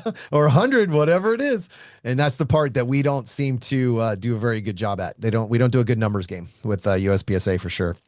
Okay. Let's see. Goals, area tutor. What do you want to see in the future board? Oh, okay. This one's a little bit different. What are your biggest goals as area 2 director? What do you want to see in the future board of director members? Um, I think we've seen some good turnover on the board lately. I think the sort of attitude from board members that, nobody really knows what was going on because you really only see it from the outside, but there was sort of an attitude from the board members with like, randomly banning people, and like not taking feedback very well and not seem to really like get it and want anything to change. I think we've had enough turnover on the board, that everybody on the board right now seems, for the most part, pretty reasonable to work with. Mhm. And we can have differences of opinions. That's the reason why there's eight of us, not just one. But I think from new board members, just like wanting what's best for the sport.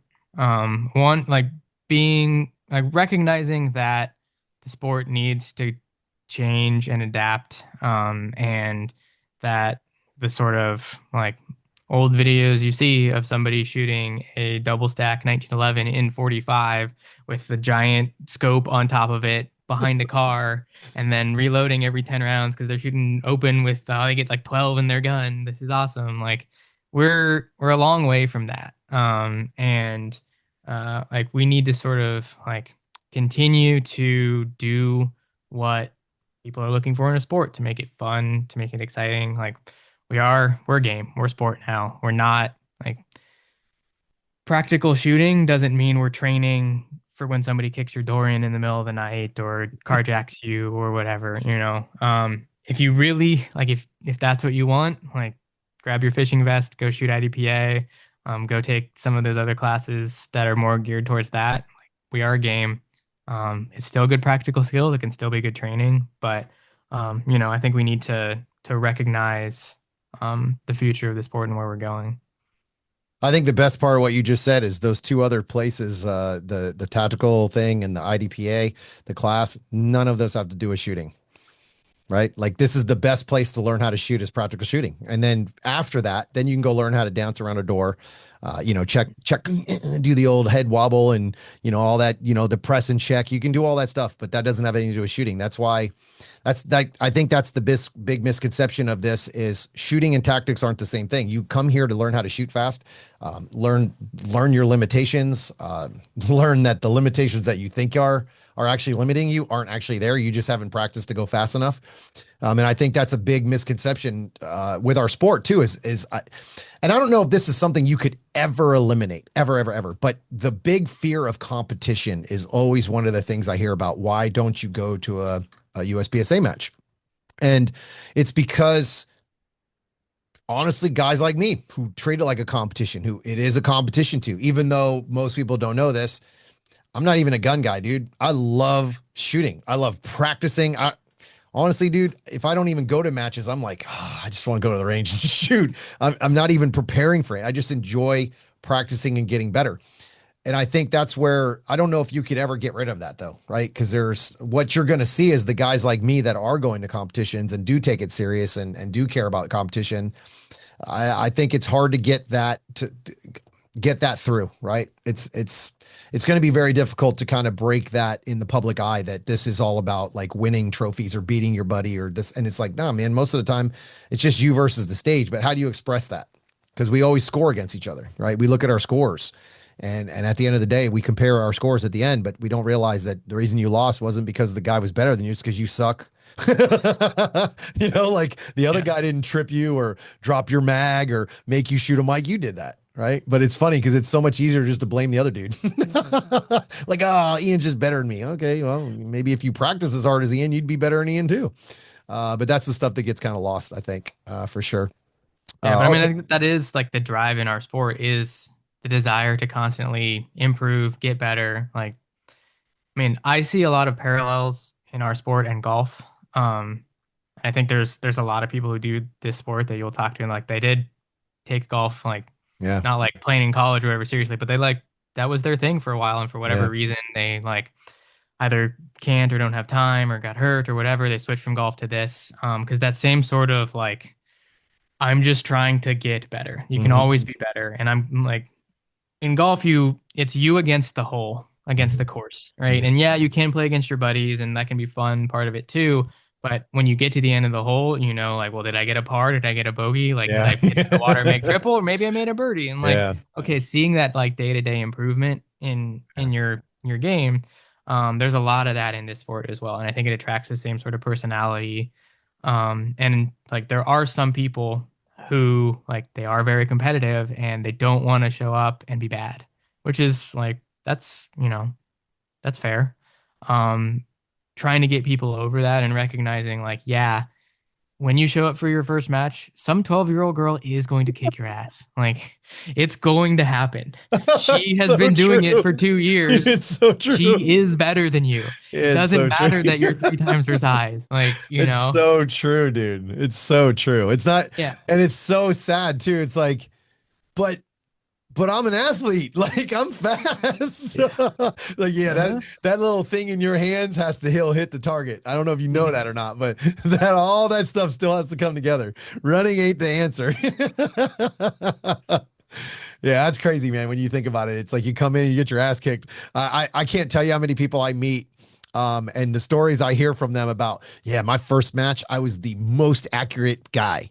I was dead last. I was like, yeah, it does Yep. not make sense if you think about how shooting and hitting alphas gives you the most points. But then when you start adding the time element, that's why I truly believe this is the best way to understand how good you are as a shooter.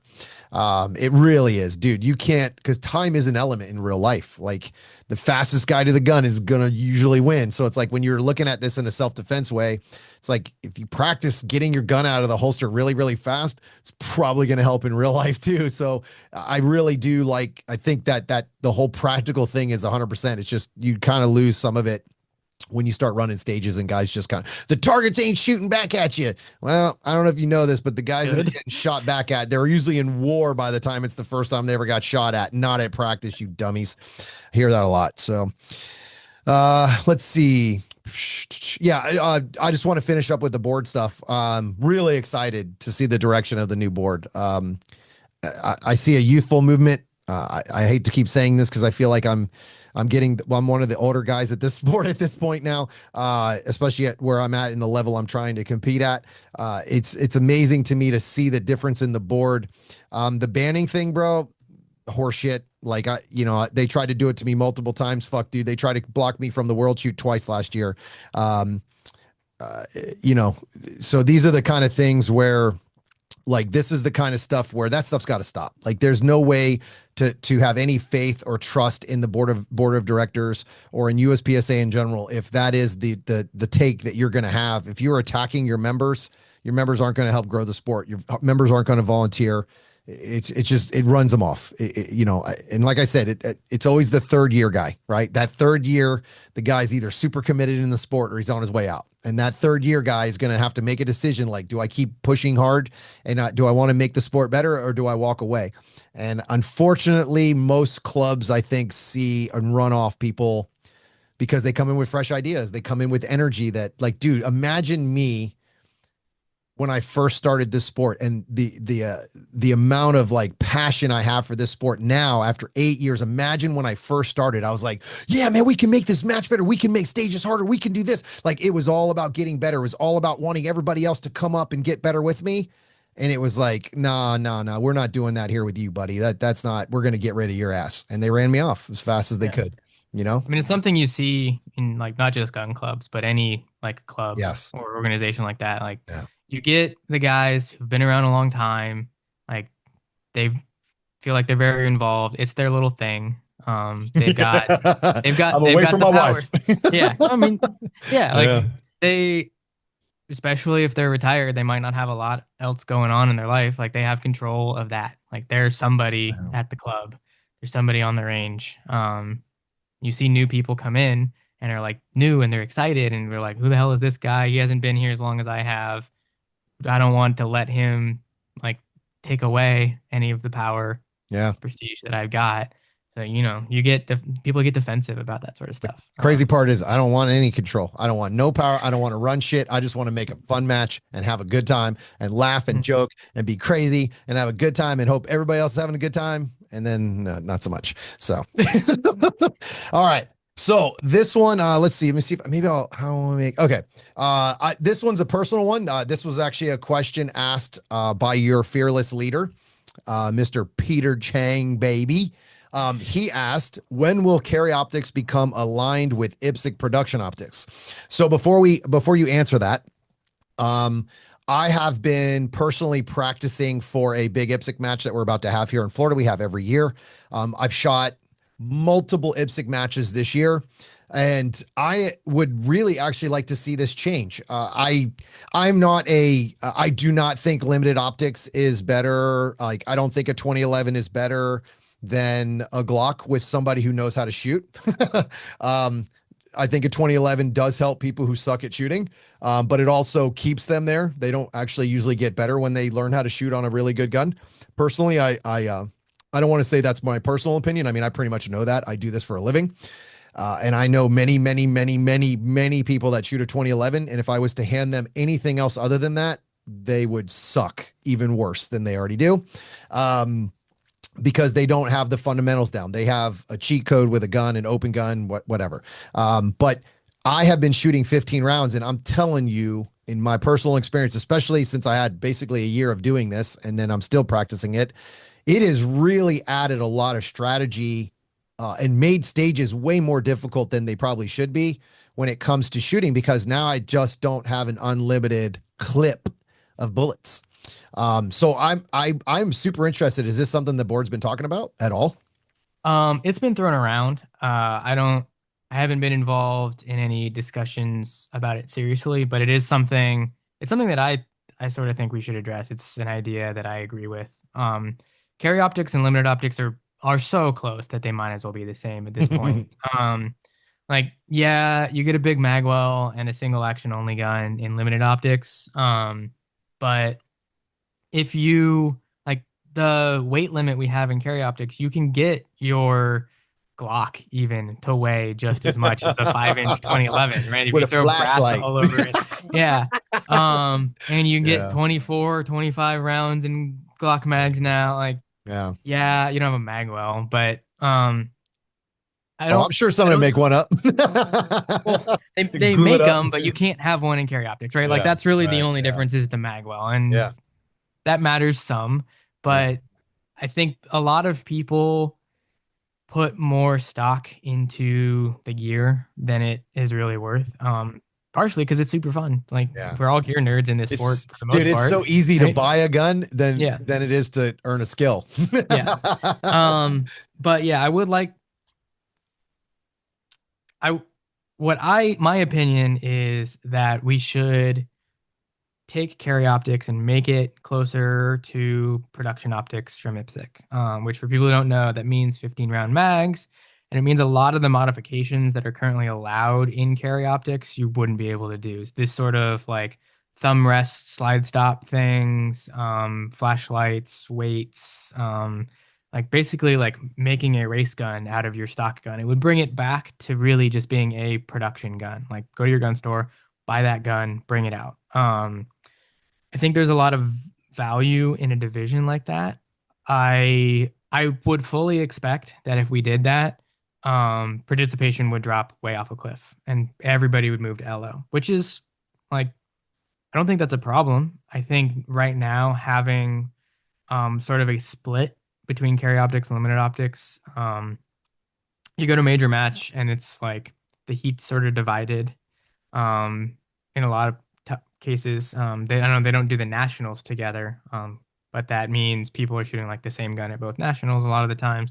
I think we would benefit from putting all the people shooting like just kind of a gun with a dot together. Allow that being one division, and maybe that would turn off some people who feel like, well, now they don't want to reload that much, but their like mostly stock Glock doesn't compete with a 2011. And I think like, that's unfortunate. And I think that's the wrong opinion to have. Like you can absolutely outshoot somebody with your Glock. Like Brantley Merriam shoots a mostly stock Glock and beats everybody Bro, I except shot for an Tyler. amazing McLaren at Race Gun Nationals, and somehow that guy beat me with pretty stock Glock. So it could have to do with his shooting and my shooting didn't match up. It's kind of weird. Even though I'm not gonna lie, dude, I really like that gun a lot. Like I like that gun so much that I don't want to shoot it because I'm like, dude. It's so cheating. Like, and that it's one of the few 2011s where I was like, okay, I can kind of shoot this like my carry optics gun. I don't have to clean this thing every time. Like, I mean, dude, I literally ran that thing for 5,000 rounds with 3 drops of oil. I oiled it once every time between I had 3 drops, 3 oils in 5,000 rounds on purpose. I was like, all right, I want to see until this thing breaks. And then a major came up and I oiled it. But I was just like, dude, this is crazy. Like, this one actually works. Like, most of them don't work without, lots of work. So it's kind of what ran me off from 2011s in the beginning. But it's just like, I just don't. The big thing also with me is, uh, and this is going to go into a side conversation about carry optics nationals. So I want to talk about that too. The big thing with me is it's like, bro, people are running away from the heat regardless. Like the whole heat argument it cracks me up because you will watch guys, they will do really well at a match, and it's like you ain't shooting against anybody, and that's fine. That's awesome. You still got to win the match. Like that's part of the thing. Like you got to win a nationals, you still have to put together 21 stages, and you still got to beat who showed up. But when you're not shooting in a division where there's just like 15, 20 murderers at the top there, you're not shooting against the true heat, right? So like, and that's fine. That's their choice or whatever it is. Um, but at the end of the day, like that whole argument is out the window because like you see guys like where you'll see some of the best shooters on the planet go shoot production. Why? Because they're not running from the heat. They're shooting against the same guys they shot against in carry optics. They're just like irons. Or maybe their sponsor says, hey, we want you to go shoot some irons because we sell iron guns, right? Like guns with irons on them. So it's like these are the kind of things where but those guys aren't running away because they shoot in the top all the time. But it always makes me laugh when I hear that argument. I'm just like, yeah, but what about, what about the guys that are winning these matches and they're shooting limited optics when carry optics nationals is coming up? And then all of a sudden carry optics nationals comes up and everybody switches to CO. It's because they had an opportunity to win a match, right? So it's like, you're never going to stop that unless you just put everything together. You're never going to stop it, right? You're never, ever, ever going to stop that. I think the round count thing, I didn't even think about that, but you're probably right. I think a lot of people would drop off if they had to reload. But I do like the red dot option, production option gives you an opportunity as a new shooter to not come in and spend $400 on mag extensions. Right? I mean, people don't understand how much that shit costs. Like when I first started, dude, I was like, oh yeah, I need this and this. And I'm like, whoa, that's $30, $40 a piece. I didn't, you don't think about it because I already own it all. But like you forget sometimes when you have been in the sport in a long time, like somebody's coming in and spending all that money you spent. We're not giving them a cheap option anymore. I mean, not to be competitive at least, right? Yeah, I mean, like we're in California, so all the new shooters show up with their Yeah. 10 round Glock 10 round mags, Glocks. and they're Yeah. like, okay, well, I'm in carry optics because I put a dot on my Glock 17, Yeah. and I got 10 round mags. It's like, Yeah. okay, well, do you want to borrow some of my Yeah. mags for the Yeah. day? Because Right. like you brought 4 mags because that's all you owned, and you thought that Yeah. like, oh, I brought extra mags. That's more than Yeah. the gun came with, and you're like running out of rounds on every stage. Like this is hard to Yeah. watch, but I'm sorry. Like Just here, to let you know, that's I like the I first half of the stage, just so you know. yeah. You're like stop halfway through, and they're like, "What are you doing?" It's like, "Oh, that's Yeah. it. That's all the ammo I Yeah. got. So Like, I don't have more mags." he And you're just like, starts looking "Oh, around and he's yeah, like, I'm out. It's all yeah, gone. okay." Like, Yeah. yeah, Yeah, I for think sure. yeah, Yeah. an option for people to just show up and like run what you brung, would be good. And I think like what division you shoot doesn't matter that much at a local. When you like most locals, everybody's like you're competing for bragging rights and own overall, even though overall's not a thing. Like how many people can say an open shooter wins their local every time? Most people. Like, Yeah. well, I don't know. I think a lot of locals, it's probably like some like your best shooter, like your local gym is probably a carry optic shooter. Yeah. And I bet that guy beats all the open guys. Yeah. Um, like you can kind of just shoot, and at a local match where that's where most of the shooting happens, I don't think like you're at a disadvantage because you're in LO with your Glock. I think it's something we should visit. I don't know if we'll get to exactly IPSC style production optics. I think the behind the hip bone thing is kind of lame. And like Oh, tell me about it. like what Uh, competitive equity problem, like if everybody can have it in front of the hip bone, Yeah, Who cares? what's the And matter? Yeah. like I've got old hockey injuries. Like trying to draw from like I've got bad shoulders from Yeah. playing hockey. Like but drawing behind the hip bone hurts me. Like Yeah, I'd and the very average much rather dude, have it up here. the average person is going to keep it extremely close to the hips, like to the hip bone. It's not, it Yeah. might be a half an inch, maybe an inch forward. Like we're talking the front of the holster, not like the actual bracket that Yeah. brings it Like to the front nobody's like of all your the way out in front. crotch. Yeah. Yeah. Right. Like where you're Yeah. like holding the gun from a relax. But again, it's dude, it's, I don't know. That you want to talk about a group that hasn't evolved at all with the future is IPSC all day long. Like people like bitch and complain about USPSA, but at least USPSA saw the writing on the wall when it came to the gear, and they were like, all right, look, let's just simplify this shit. Let's stop dicking around with magnets and no magnets and this and that. And let's just clean this shit up and to where it's just makes it easier on the ROs and easier on the staff. I think to me, that's one of the other things that I saw, that a lot of this stuff is just too much pressure on the ROs to execute. To where like, hey, give me this card. I got to make sure this and this and this. It's like, I get it. Cheaters are cheaters, but it's like, dude, when they're checking you on every stage, I'm like, who's moving their stuff around this much? But I don't know. And why do we care Yeah, if you well, move?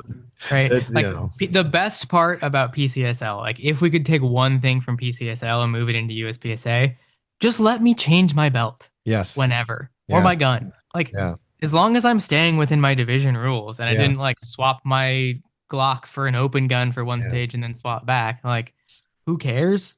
Yeah. Like there's not there's very rarely a situation in our sport where you're gonna look at a stage and be like, oh, this is my Glock stage, but the next one is my Walther stage. Like what? Like you're within your division. How are you coming up with two guns that are Yeah. so wildly different that like you're using a different gun? Like, Yeah. oh, this is my long range Yeah. gun and my close range gun. Like, no, like that you Yeah. don't. We're never gonna end up at a point in the sport where somebody feels like they have to bring six different guns to a match and they're like feel like they're priced out if you just let people change all the time.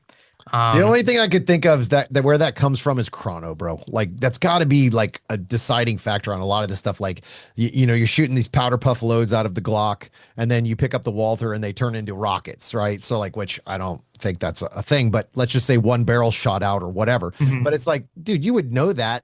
Like, I'm pretty sure you would, no matter what, both guns would still just use chrono both. Who cares? Like that Yeah. could be part of the rule. If like, hey, did you bring two guns? Yes. Are they two different guns? No. Like then what the hell's the difference? So yeah, that is definitely a big thing about that. Like the gear change was like, I remember somebody having a problem with a gun. They were like, oh, and they're like, yeah, just go get it. Like, go get your other one. And they're like, what? Like, they're like, yeah. They just go get the other one. They're like, oh, this is cool. Like I'm borrowing this guy's gun or whatever. So it was definitely you were treated like adults. It was definitely less thumb down. Yeah. Felt like And that. the like until last year in USPSA, if your gun went down and you didn't know better and you just were like borrowed your buddy's gun for the last stage of the day, Yep. that was a DQ. Yep. You were disqualified for that because you didn't ask the RM first. Now there's some discretion Yeah. where the RM can go like, okay, you didn't know, we don't have to DQ you, Yeah. but like really we're DQing people for Yeah. like getting a different Glock. Dude, listen, I've done the same thing. I actually picked up I think I had to change a gun last year. And I remember going, oh, I got to go ask permission for this real quick. Like, I got to make sure this is okay. I forgot. Like, I totally did because it was Walther or the Walter. I never thought about it.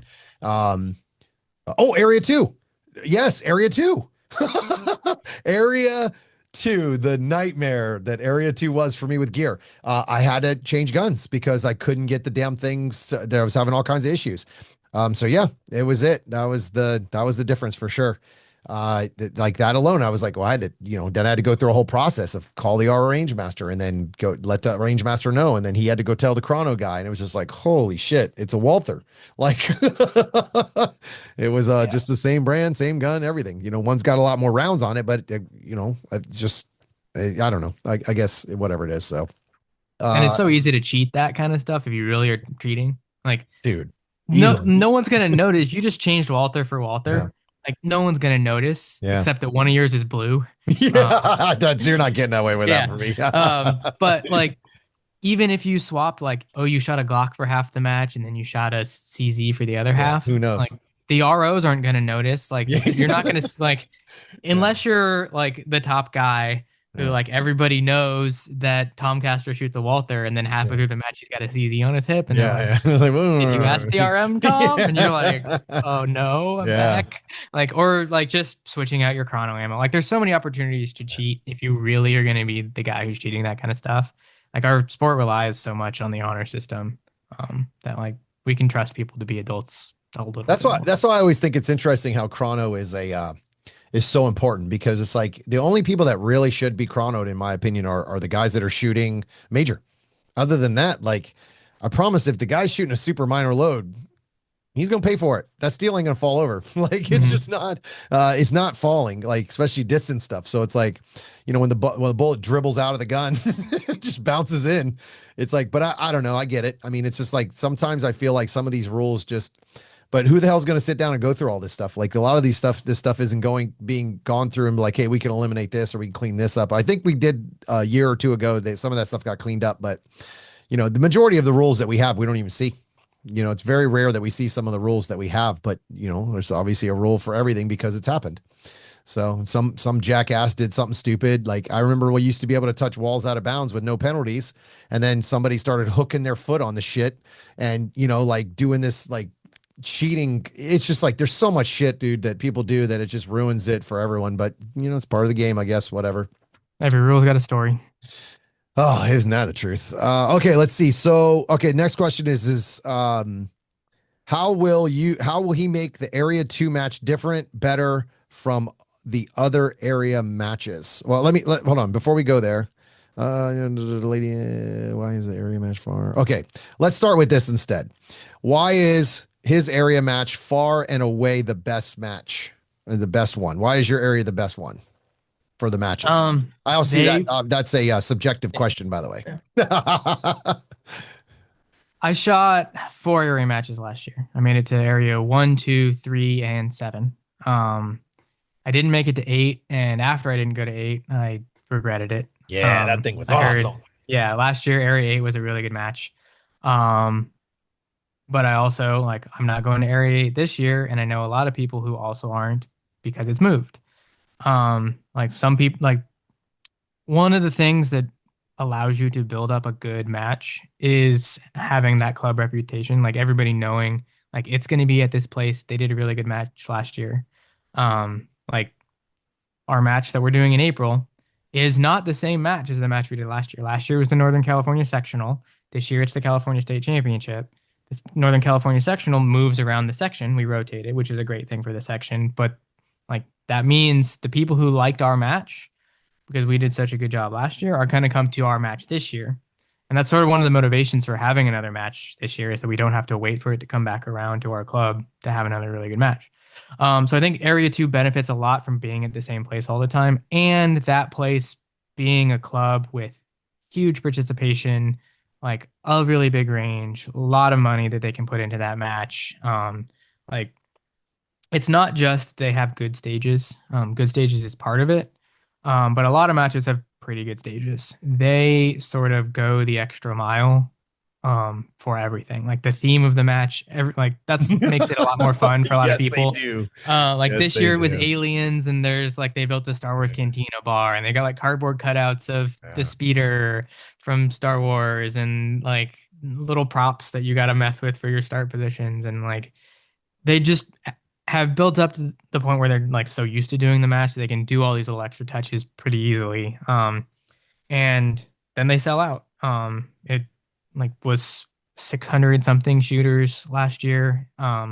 Race Gun Nationals was only barely bigger than Area 2, I think. Um, it's like I've gotten the question a lot of like, are you going to move it around? Are you going to hold it somewhere else? No, really. For starters, there's not really anywhere else in Area 2 it can be.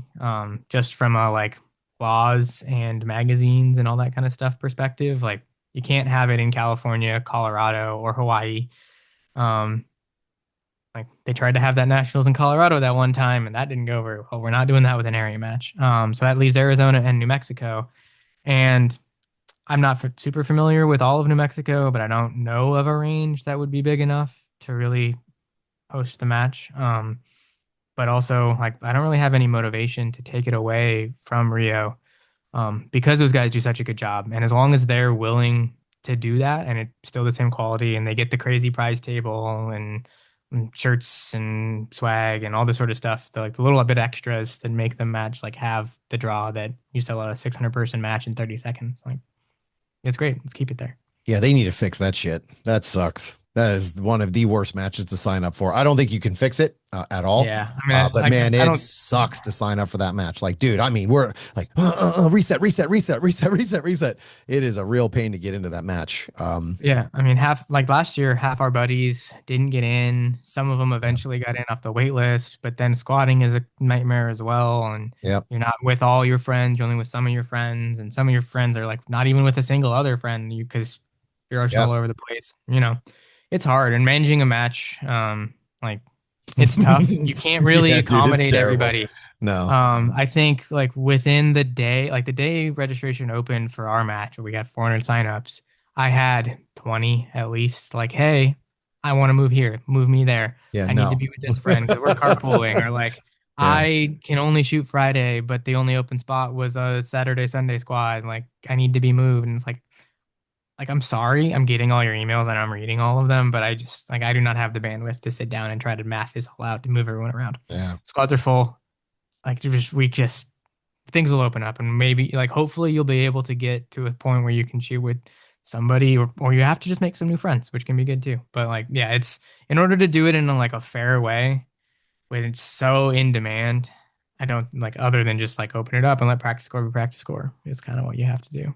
Yeah, dude, it's one of the hardest matches to get into, which says a lot about the match. It's been like this for I think I've been there 3 years in a row.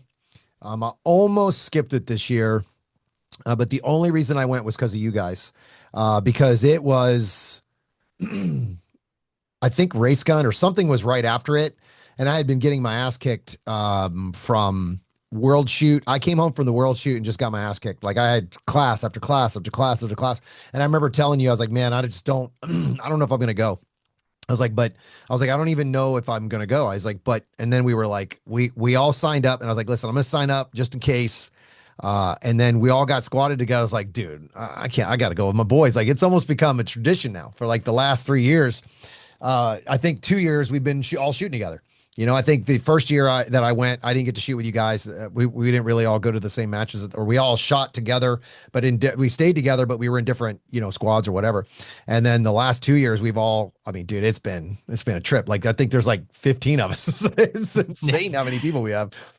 So again, like it's one of those things where it's almost guaranteed that we're going to be on two different squads. It's like very difficult to get us all together because we have so many people trying to sign up at the same time and get on that same squad is even more impossible. But it's crazy when you think that there are clubs out there that are struggling to get participation, and then you got a club like that that's like, hey, hold on a second, like give us a minute.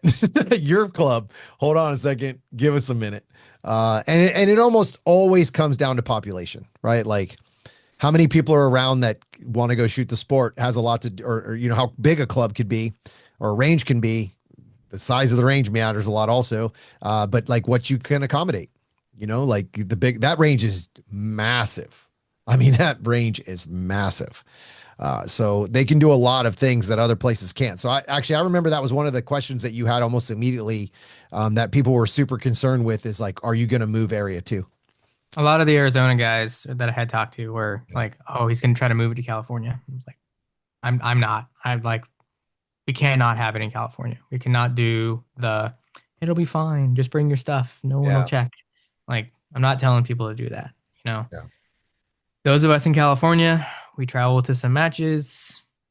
We have the gear that we have. The California laws are weird and interesting. There's a lot of loopholes and workarounds, and things work, but we're not going to add it to like organizational level condone like just bring your stuff. Um, Yeah. I just don't think it's personally, it only takes one example that they want to make right? It takes one example and then it just ruins it for everybody. So it's like it's not worth even taking the chance. Arizona's awesome. Their club is awesome. They have some great people there. Staff is always friendly. I really enjoy that match. If I had one suggestion about area two, it would always be their vendor area just sucks. Like they need to clean. I would love to see them. That is one of the biggest clubs, has some of the biggest sponsors, has some of the most prizes I've ever seen in my life at a match. And it's just like zero vendor area. And it's like, there's no, I don't know. It's just, I feel like that is always like the second to last thing that we care about. It's like we get to the very end of the list and like, oh yeah, vendors. It's like, shit, Yeah. dude, that's where the money's at. Like, ah. So I get all of it. I understand it. I ran a match for 3 years with my buddies Todd and a bunch of the guys from South Carolina, and I was in charge of vendors. And I have a system that works really, really well. You just got to work. You got to put the work in. You got to give them value. And I don't know. It's just so frustrating because it's like the value's there if you could show it, but you got to show it. As an MD, I think it's just so hard Yeah. to give up range space for that. Yeah. Uh, like with our match coming up, we have this like, where do we put them that they Yeah. can have a spot that they can shoot, that we wouldn't just rather have a stage. Yeah.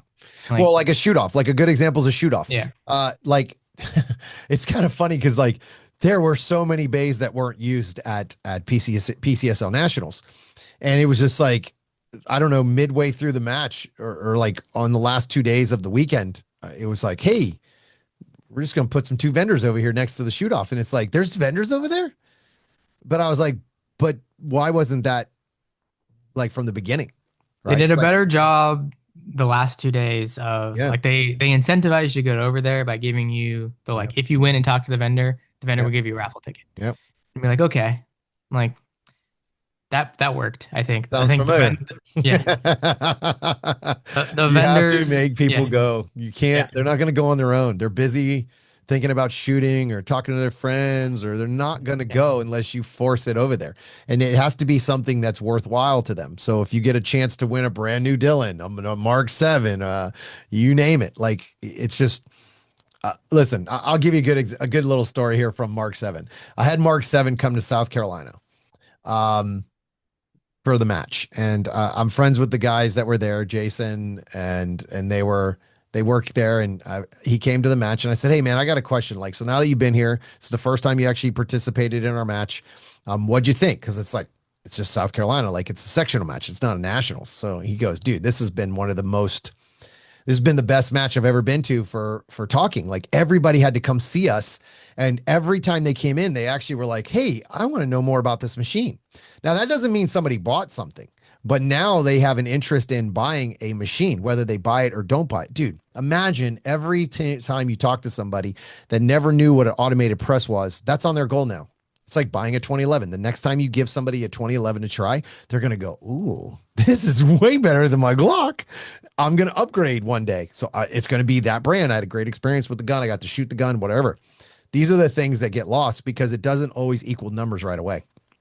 And those experiences have to be forced because shooter, like, dude, I'm going to tell you right now, if you tell me to go to the vendor area during my shooting, I'm not going to the vendor area. I'm just not. And I am a giant sponsor supporter, right? Yeah, Like you'd rather I have love, an hour to sit yes, down or rest, or like you're yes. done shooting for the day, you're leaving, Yeah.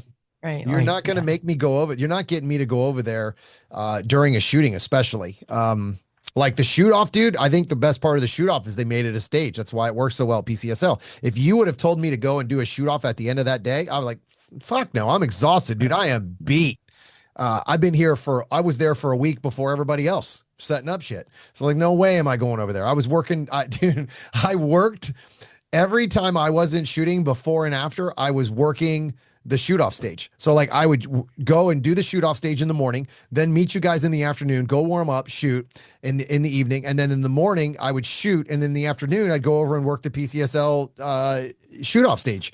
And it was like, I did that for 3 days. Right. And I'm like, dude, I for all of staff, I worked it for the entire staff. I'm like, bro, I am exhausted. I couldn't imagine if I was in the middle of a stage and had to come over here or in the middle of a match at the end of the day and have to come over here for, a prize. I wouldn't do it. I wouldn't care that much, you know? Yeah. Uh, the way they had it set up, it was awesome. I mean, it was like, okay, this actually makes me enjoy this. I don't have to wait an hour after arbitration to get everybody together and shoot the stupid shit. You know, even though I love shooting, it's like, man, I don't really want to watch everybody else shoot. Yeah, they shoot off after the match at the end. That's for like a completely different thing. It's just Yeah. like the IPSC Nationals one. Like as soon as you were done, we Uh, were out of there. yeah. I was like, we're going to dinner. Yeah. That was you. Yeah. I think if we could do it during arbitration, that would be great, but we don't do a good job having it pre-prepped before you get there, like at these matches. Like the extreme, they're gonna have the extreme here. Alberto and I have already talked about it. Like, dude, even if I do well enough to make the shoot off, we're probably gonna leave. Like he's like, oh, but it's probably for you, man, especially it's probably good content. I was like, dude, I agree with that, but not enough for me to want to sit here for an hour to 2 hours before everything gets set up. Like, dude, it sucks waiting around after you've been shooting all day. Also, I'm old. Like, dude, I don't hold up that long anymore. Like when I go to matches, we never shoot all the stages in one day anymore. I can't. I physically can't hold up. I have to have a 2 day match or I know I'm going to suffer. Right. I'm going to struggle with the at the end for sure. So I don't know how some of these guys do it, man. Seriously, like I just don't know how they do it. I can't mentally and physically hold up for that long. I fall off pretty hard. So let's see. Okay, so let's finish up with this. Well, they've got two of them. How will he make the area 2 match different, better from the other area matches? Pretty much what you just said. You're going to stick with what you got. So if it's Yeah. one of the I mean, best matches, what's there to change? yeah, this sort of like the attention to detail, the quality of the stages, the extra little 10% on top of just putting up stages, that's what makes it the best area match. I think the feedback for why Area 8 was so good last year was really good stages, a lot of attention to detail. They built some crazy shit, like a whole floating dock, the whole like Yeah. elevated platform thing, like that gets noticed by competitors and that is memorable. Just a little bit of extra effort to have all your barrels painted, have the walls match, like have a theme, have some fun stuff going on. Like that's what takes it from good match to best match. And they do that, they're going to keep doing that. As long as they're doing that, it's going to be there. I could do with a less crazy shit at Bill's match for sure. But dude, great. Honestly, man, it's a great match. That guy does an amazing job. Bill Drummond does an amazing match. I've been there 2 years in a row because they were at his match. The first year, I was hooked. Second year, even better. There was only one stage I disliked, and it was just because I'm tall. But it was still a good stage. There's a lot of bullshit low stuff, and it was like, dude, the whole stage was low parts. I'm like, Bill, come on, you're killing me. Nothing wrong with that. Yeah, F you, bitch. But I mean, honestly, great match. Even that stage was good. I was like, dude, like give me just a and I was pretty beat up. My knees were my dude, the end of the year was a pretty rough end of the year with the legs for sure. But yeah, dude, he just does a great match. All right, so last question of the day, and this is actually what got this entire podcast started. So let's talk about it. I'm going to go with the question I got. I didn't even know somebody actually asked this question until we got onto the podcast. So now that it's on here, I'll bring it up. Any upcoming USPSA change to the lady category to finally require birth certificates? That one is so specific that it almost feels like they read what we put out and are sort of asking a leading question. I Yes. promise it wasn't me that wrote that question. It is not Um, you at yeah. all. I got is different. Uh, There's definitely unless you have a burner account that I don't know about. yeah. Okay. So for those of you who haven't heard, because the organization does a pretty good job of getting this information out there, though we have tried to make this more publicly known. At the last board meeting in December, the board voted to put up a proposal for member comment. So it's out there right now. Depending on when this gets posted, you'll have a couple of days still before the next board meeting to leave comments if you have comments on the USPSA website. But we put out a proposal to overhaul many of the categories. The change that is the most drastic and is sort of like the big thing that people are talking about is the change to the ladies category. And that change is to bring the ladies category in alignment with IPSC's definition of the ladies category. And also it changes the sort of like acceptable documentation, I think is how it's worded. Prior to this, the ladies category went by whatever it said on a government issued ID, driver's license, or whatever. Going forward, the acceptable documentation for the ladies category is going to be your birth certificate or an image of your birth certificate. You don't have to bring your actual physical birth certificate to the range and show it to anybody. A picture on your phone would be more than fine if you get asked for it at all. So I think one of the big Yeah. misconceptions that a lot of people have had in the feedback that I've seen is that we're all of a sudden, like, if you're a woman and you're trying to shoot the sport, you're going to have to bring your birth certificate to every match, or that there's going to be a like some other way they're going to check that or whatever it is, and that this is like this crazy new thing. There has always been a documentation requirement for the ladies category. We're also adding a documentation requirement to all of the other categories, for juniors, seniors, military, and law enforcement. All those categories now also have a like, what is your age on your driver's license? Or do you have a military ID or law enforcement ID? So this is nothing new. And it says right in there in the new category policy, match directors may request documentation. This is entirely up to MD discretion. They can ask you, they can not. If you're a lady who has been shooting and you're worried that all of a sudden you're going to get asked for your birth certificate at every match, how many times have you been asked for your ID? And probably never. So nothing is really going to functionally change for most of our shooters. I think this change is pretty obviously intended to move it to being biological females who were born as biological females to be the ones in the ladies category. And I think this is also like need to be very clear that this is not about excluding anybody from the sport, about saying you can't shoot, or that you can't even have whatever name you want to have or refer to yourself however, with whatever pronouns or anything like that. We're not attempting to group anybody in categories, whether you like look like a man or you look like a woman or neither or whatever you want to present yourself to the world. Perfectly acceptable. We're happy to have you at the match. And we're not making a division between ladies and men. There is no men's category. Like, that's not what it is. There's everybody, and then there's some subcategories. And those subcategories almost entirely exist to recognize that there is a difference in physical ability between certain people. Juniors, seniors, super seniors, all those categories. Like, we're recognizing those categories because we understand that children or people who are older, like, they're going to run slower, they're going to have less grip strength. There's all sorts of physical things that contribute to your performance in this sport that matter a lot. And it is fair to compare everybody against everybody. That's why overall exists. That's like within your division. That's why like first place has no category. It's just whoever got first place.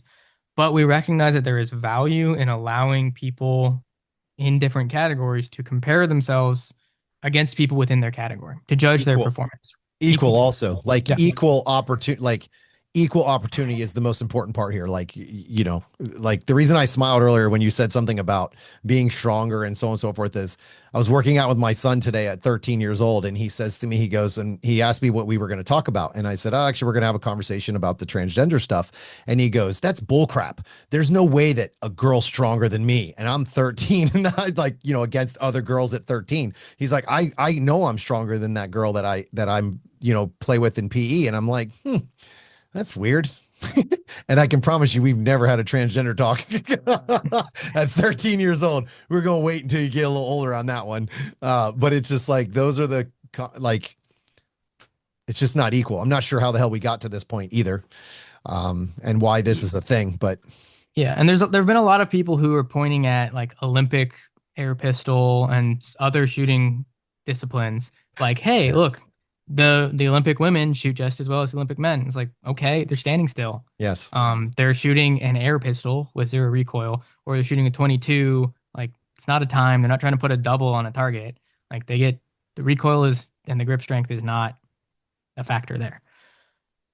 Jay Slater, shooting sports analyst on Patreon, he put out a post couple weeks ago now. It's free. You don't have to be subscribed to his Patreon to read the whole thing.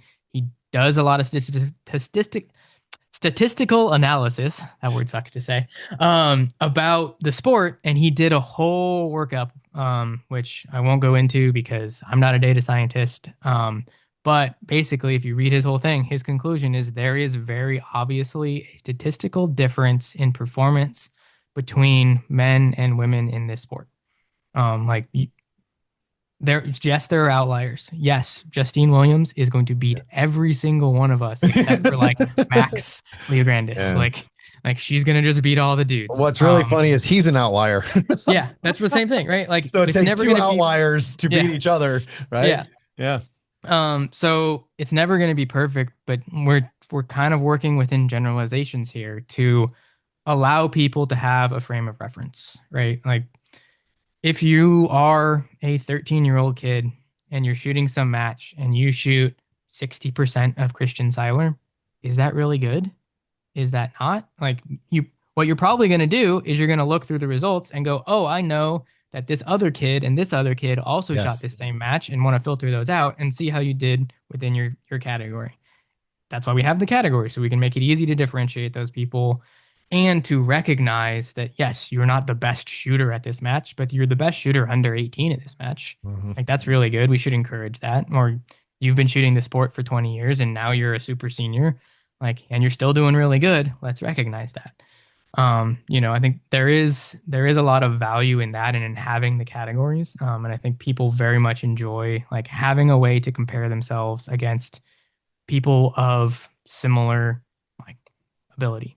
That's why people love the classification system so much. Yeah, bro. That's one You of the should. things that's missing in PCSL, right? Like Yeah. so many people are like, yeah, I was first place B, or like, oh, I was Yeah. just barely not like second place A or IPSC whatever. IPSC does none, zero. Yeah. They do categories, but I'm gonna tell you Hmm. something. You are going to shoot against Eric Raffel. Hmm. You are on equal ground with Eric Raffel when you shoot production optics or whatever he chooses to shoot that day.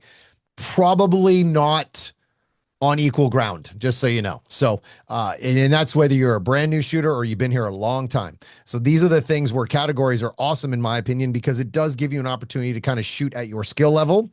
And then you get to compare yourself at where you're at and where you're going to be or where you could be. And if you don't have the classification system or even the ladies category or the categories, you don't really get to do that. So the cool thing is, and Justine is a great example of that. Justine doesn't look at herself as a woman. She looks at herself as a competitor. And she goes in there and she goes, I'm going to beat these boys' asses. And it's awesome. And it's awesome the way that she thinks about it. But she is a very rare person when it comes to the females. Her sister, amazing shooter, very rare. Again, talent. There are so many good women shooters that beat a lot of the boys. Hmm. But at the end of the day, they're still girls and they are at disadvantages physically for sure. So it's like at that point, you have to start looking at this as a true apples to apples type of competition. If you're, if you've been born a man, you have a completely different physical advantage. I don't care what you turn yourself into or what you look like or who you want to be. But at the end of the day, when you start competing against girls as a man, that's very frustrating as an adult man, especially when I have daughters. I take this extremely personal. Like this is something that I hold very, very close to my heart. I have daughters and it pisses me off that a man would come in and compete against my daughters one day in a sport, and especially if it's a physical sport. So like my daughter's in Division 1 rugby, and I could just imagine what I would do if I walked onto that field and I saw a man just crushing her. Oh my goodness gracious, where I would be as a father. And it's just I just feel like kudos to USPSA and especially you, brother, because I know this was a big topic for you in your campaign because it had to be, unfortunately. And I told you, I think I told you the first time, I was like, dude, what a terrible subject to have to deal with when you first, like your number one subject was that when you first walked in Yeah, and to I, deal I, with. I mean, I want to be clear that this isn't just something like I wanted to do, or it's like, Yes. oh, the Yeah. political landscape we're living Yeah. in right now, like there's a lot of this in the news, so USPSA is gonna like jump on that bandwagon.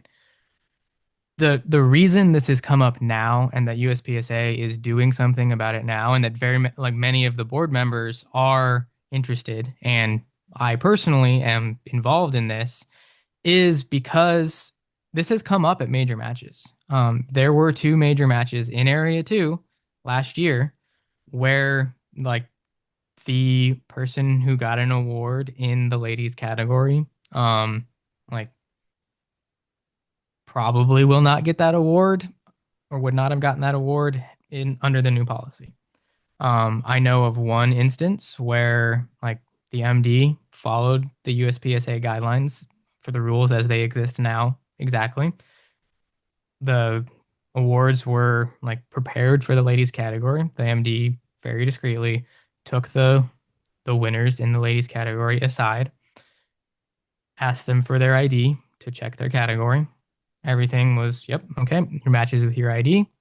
Like we did that, you get the award. And that's what the policy has been. I think we have seen it come up enough times, and I've gotten personally a lot of feedback from women.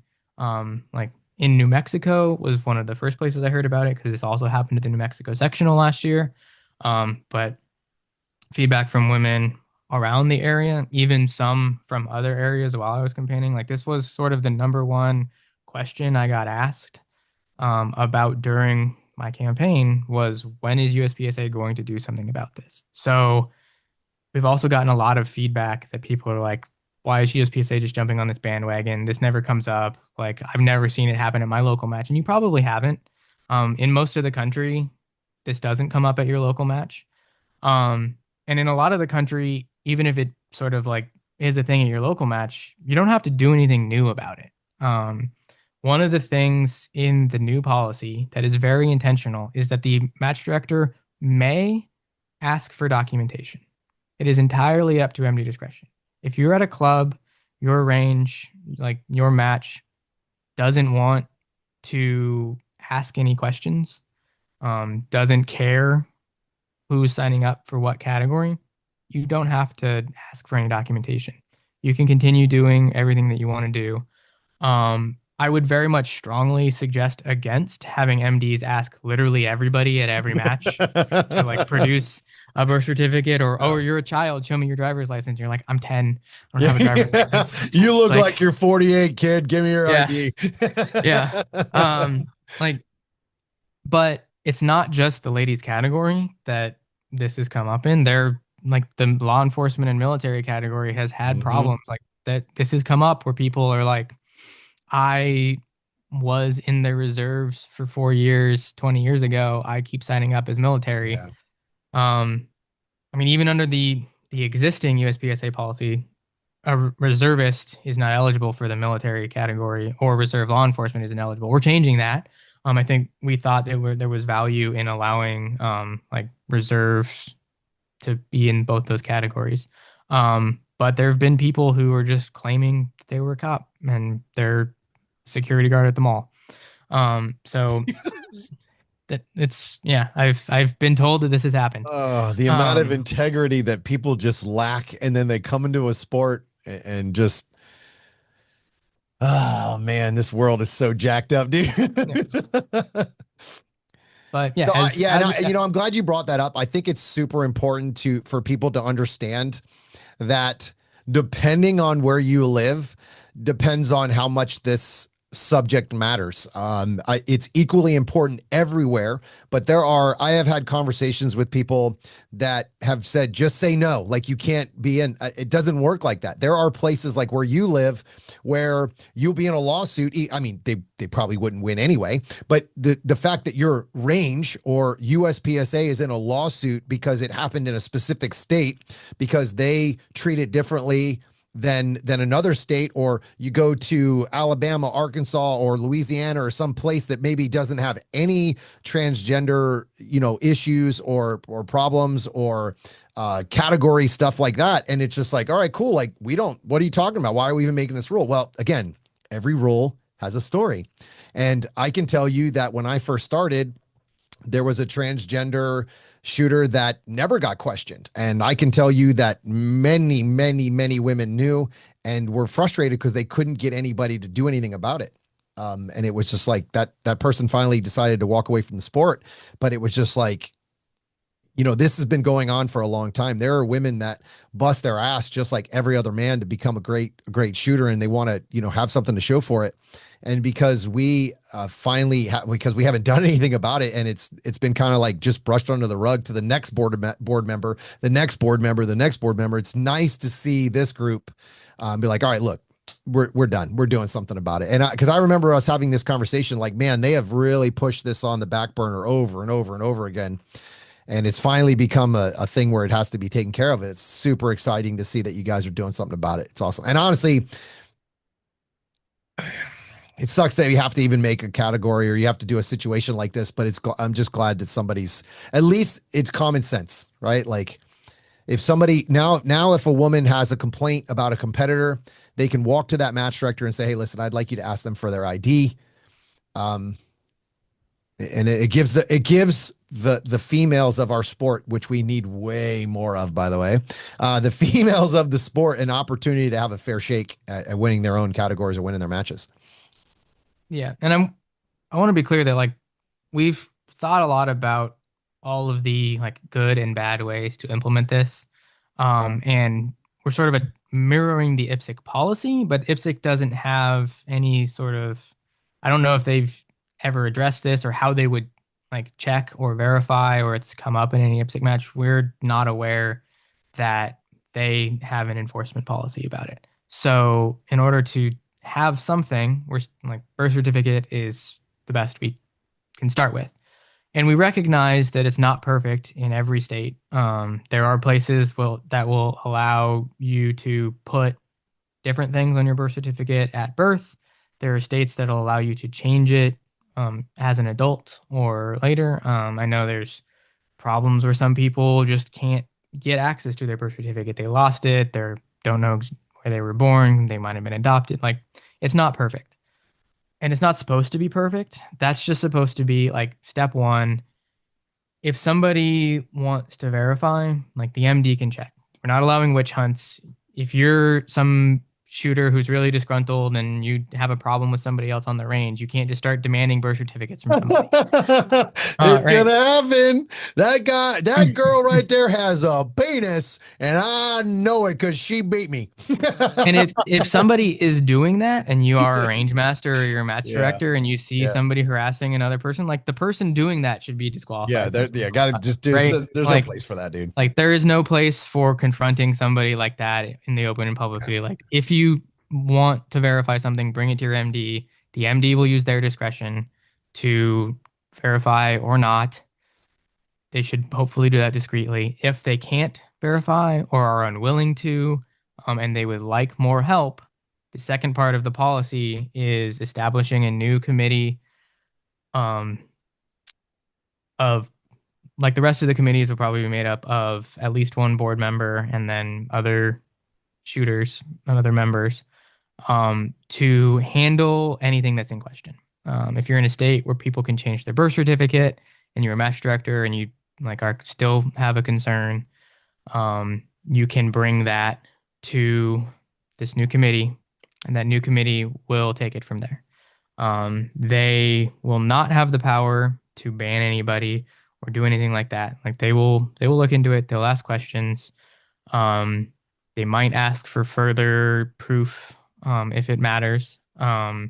And they will like be able to talk to that person and hopefully like correct them and remind them that there's a lot of things in our sport that rely on honesty and integrity.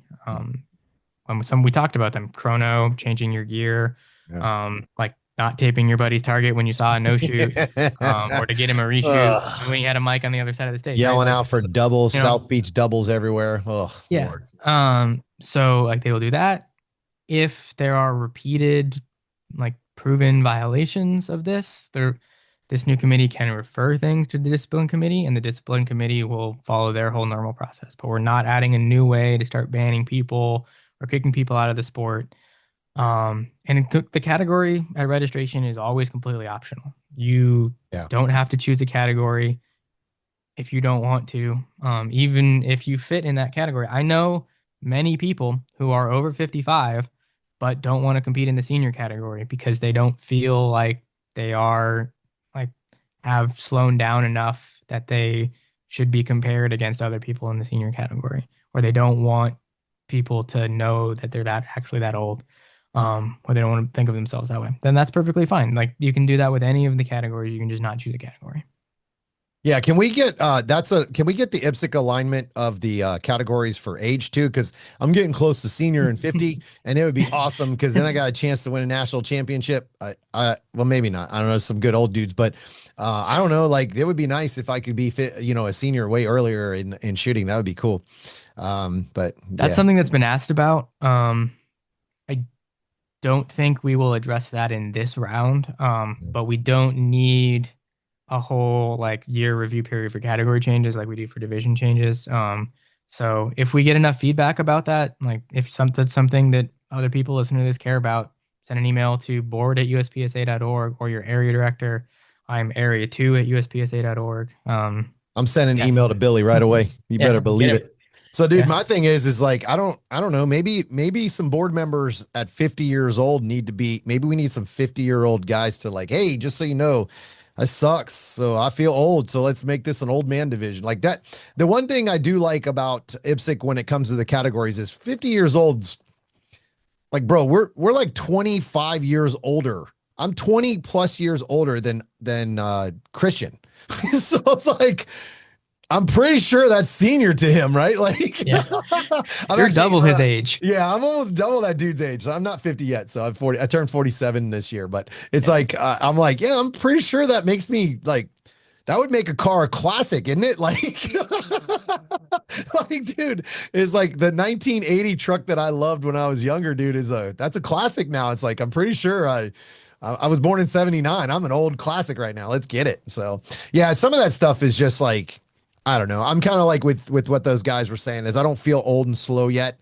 Um, so I don't like it wouldn't even be one of those things where I'm like, oh, cool, I'm gonna go beat the 60-year-old in the senior category. You know what I mean? It's like I don't really care about category stuff like that. But yeah, like dude, honestly, we were talking about the transgender thing for a little while, and I was telling you I had quite a few conversations with a couple of people, and I was just like, it almost feels like if this rule can't happen, like you couldn't make this rule or you guys weren't going to pass this rule, just eliminate the division. Like get rid of the category, not the division, but get rid of the category because at that point, the woman doesn't have a chance anyway, right? Because like I could put a wig on and say I'm in, like, and dude, I could win national championships. As long as Justine doesn't show up, I got a good chance to possibly beat a couple of the other girls. Yeah. And it's just like because I'm just bigger and faster and shit. It's like these are the things where you have to start. I don't know. I guess the integrity part of it is kind of lost. Like, they're just people have their own, thoughts on how that stuff works. And it's like, to me, it falls down into an integrity thing. Like, you can be whatever you want to be, but at the end of the day that, there's an advantage or you wouldn't do it. You wouldn't take that advantage. So it's like that kind of stuff just frustrates me. And I'm super glad that you guys are doing something about it, man. It's awesome. I'm excited to see some movement in the board in a positive way. And honestly, man, even like the news has been really good. I haven't seen a whole lot of shit negative coming out of the board. Not a whole lot of like drama. It's been so awesome. It's been so awesome. And I also don't pay attention to it. So that helps too. But if there has been any, maybe I'm just out of the loop, bro. But because I just don't give a shit.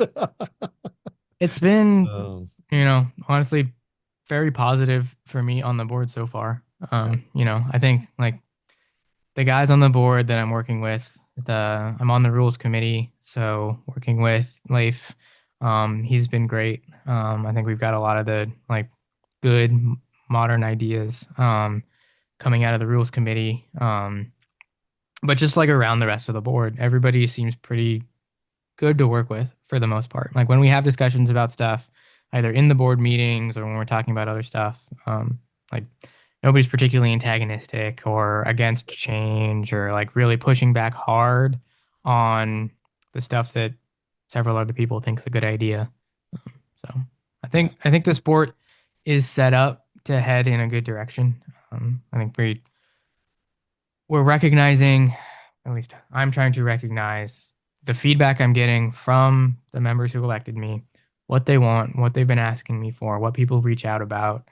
And that's sort of what I think I'm here for. So if anybody has feedback, they want to talk to me, find me on Instagram, send me an email, send the whole board an email.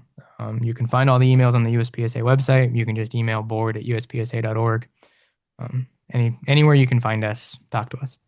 I still think you're crazy for doing this job, bro, but I think you're a Yeah. great, I knew you would be good at it because you just, you love the sport and you're super smart and you just, you listen. You don't just go, oh, this is my idea.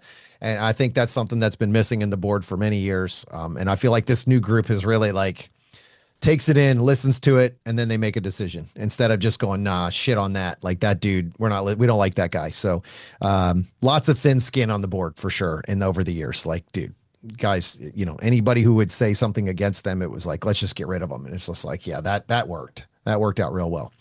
Um, Yeah.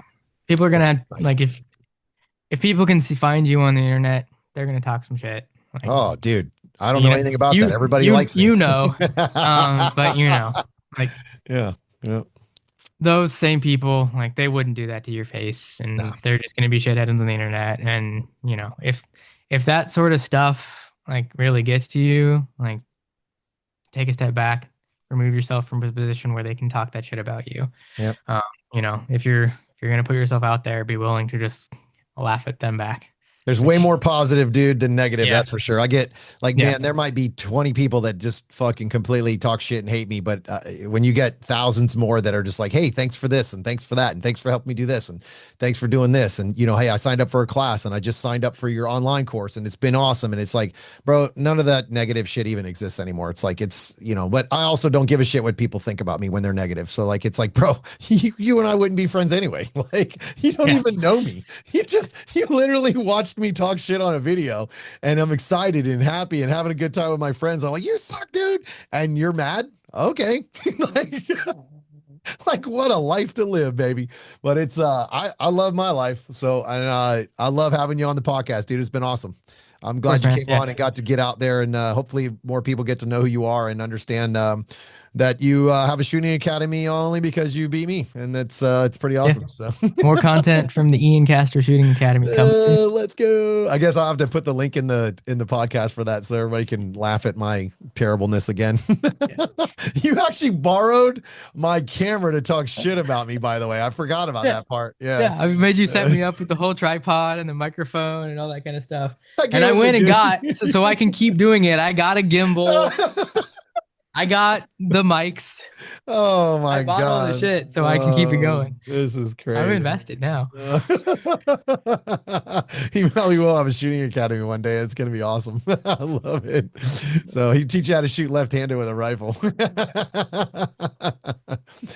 All right, guys. I hope you enjoyed the podcast. If you want to reach out to Ian, make sure you hit him up on his Instagram or send emails out to him on through the board.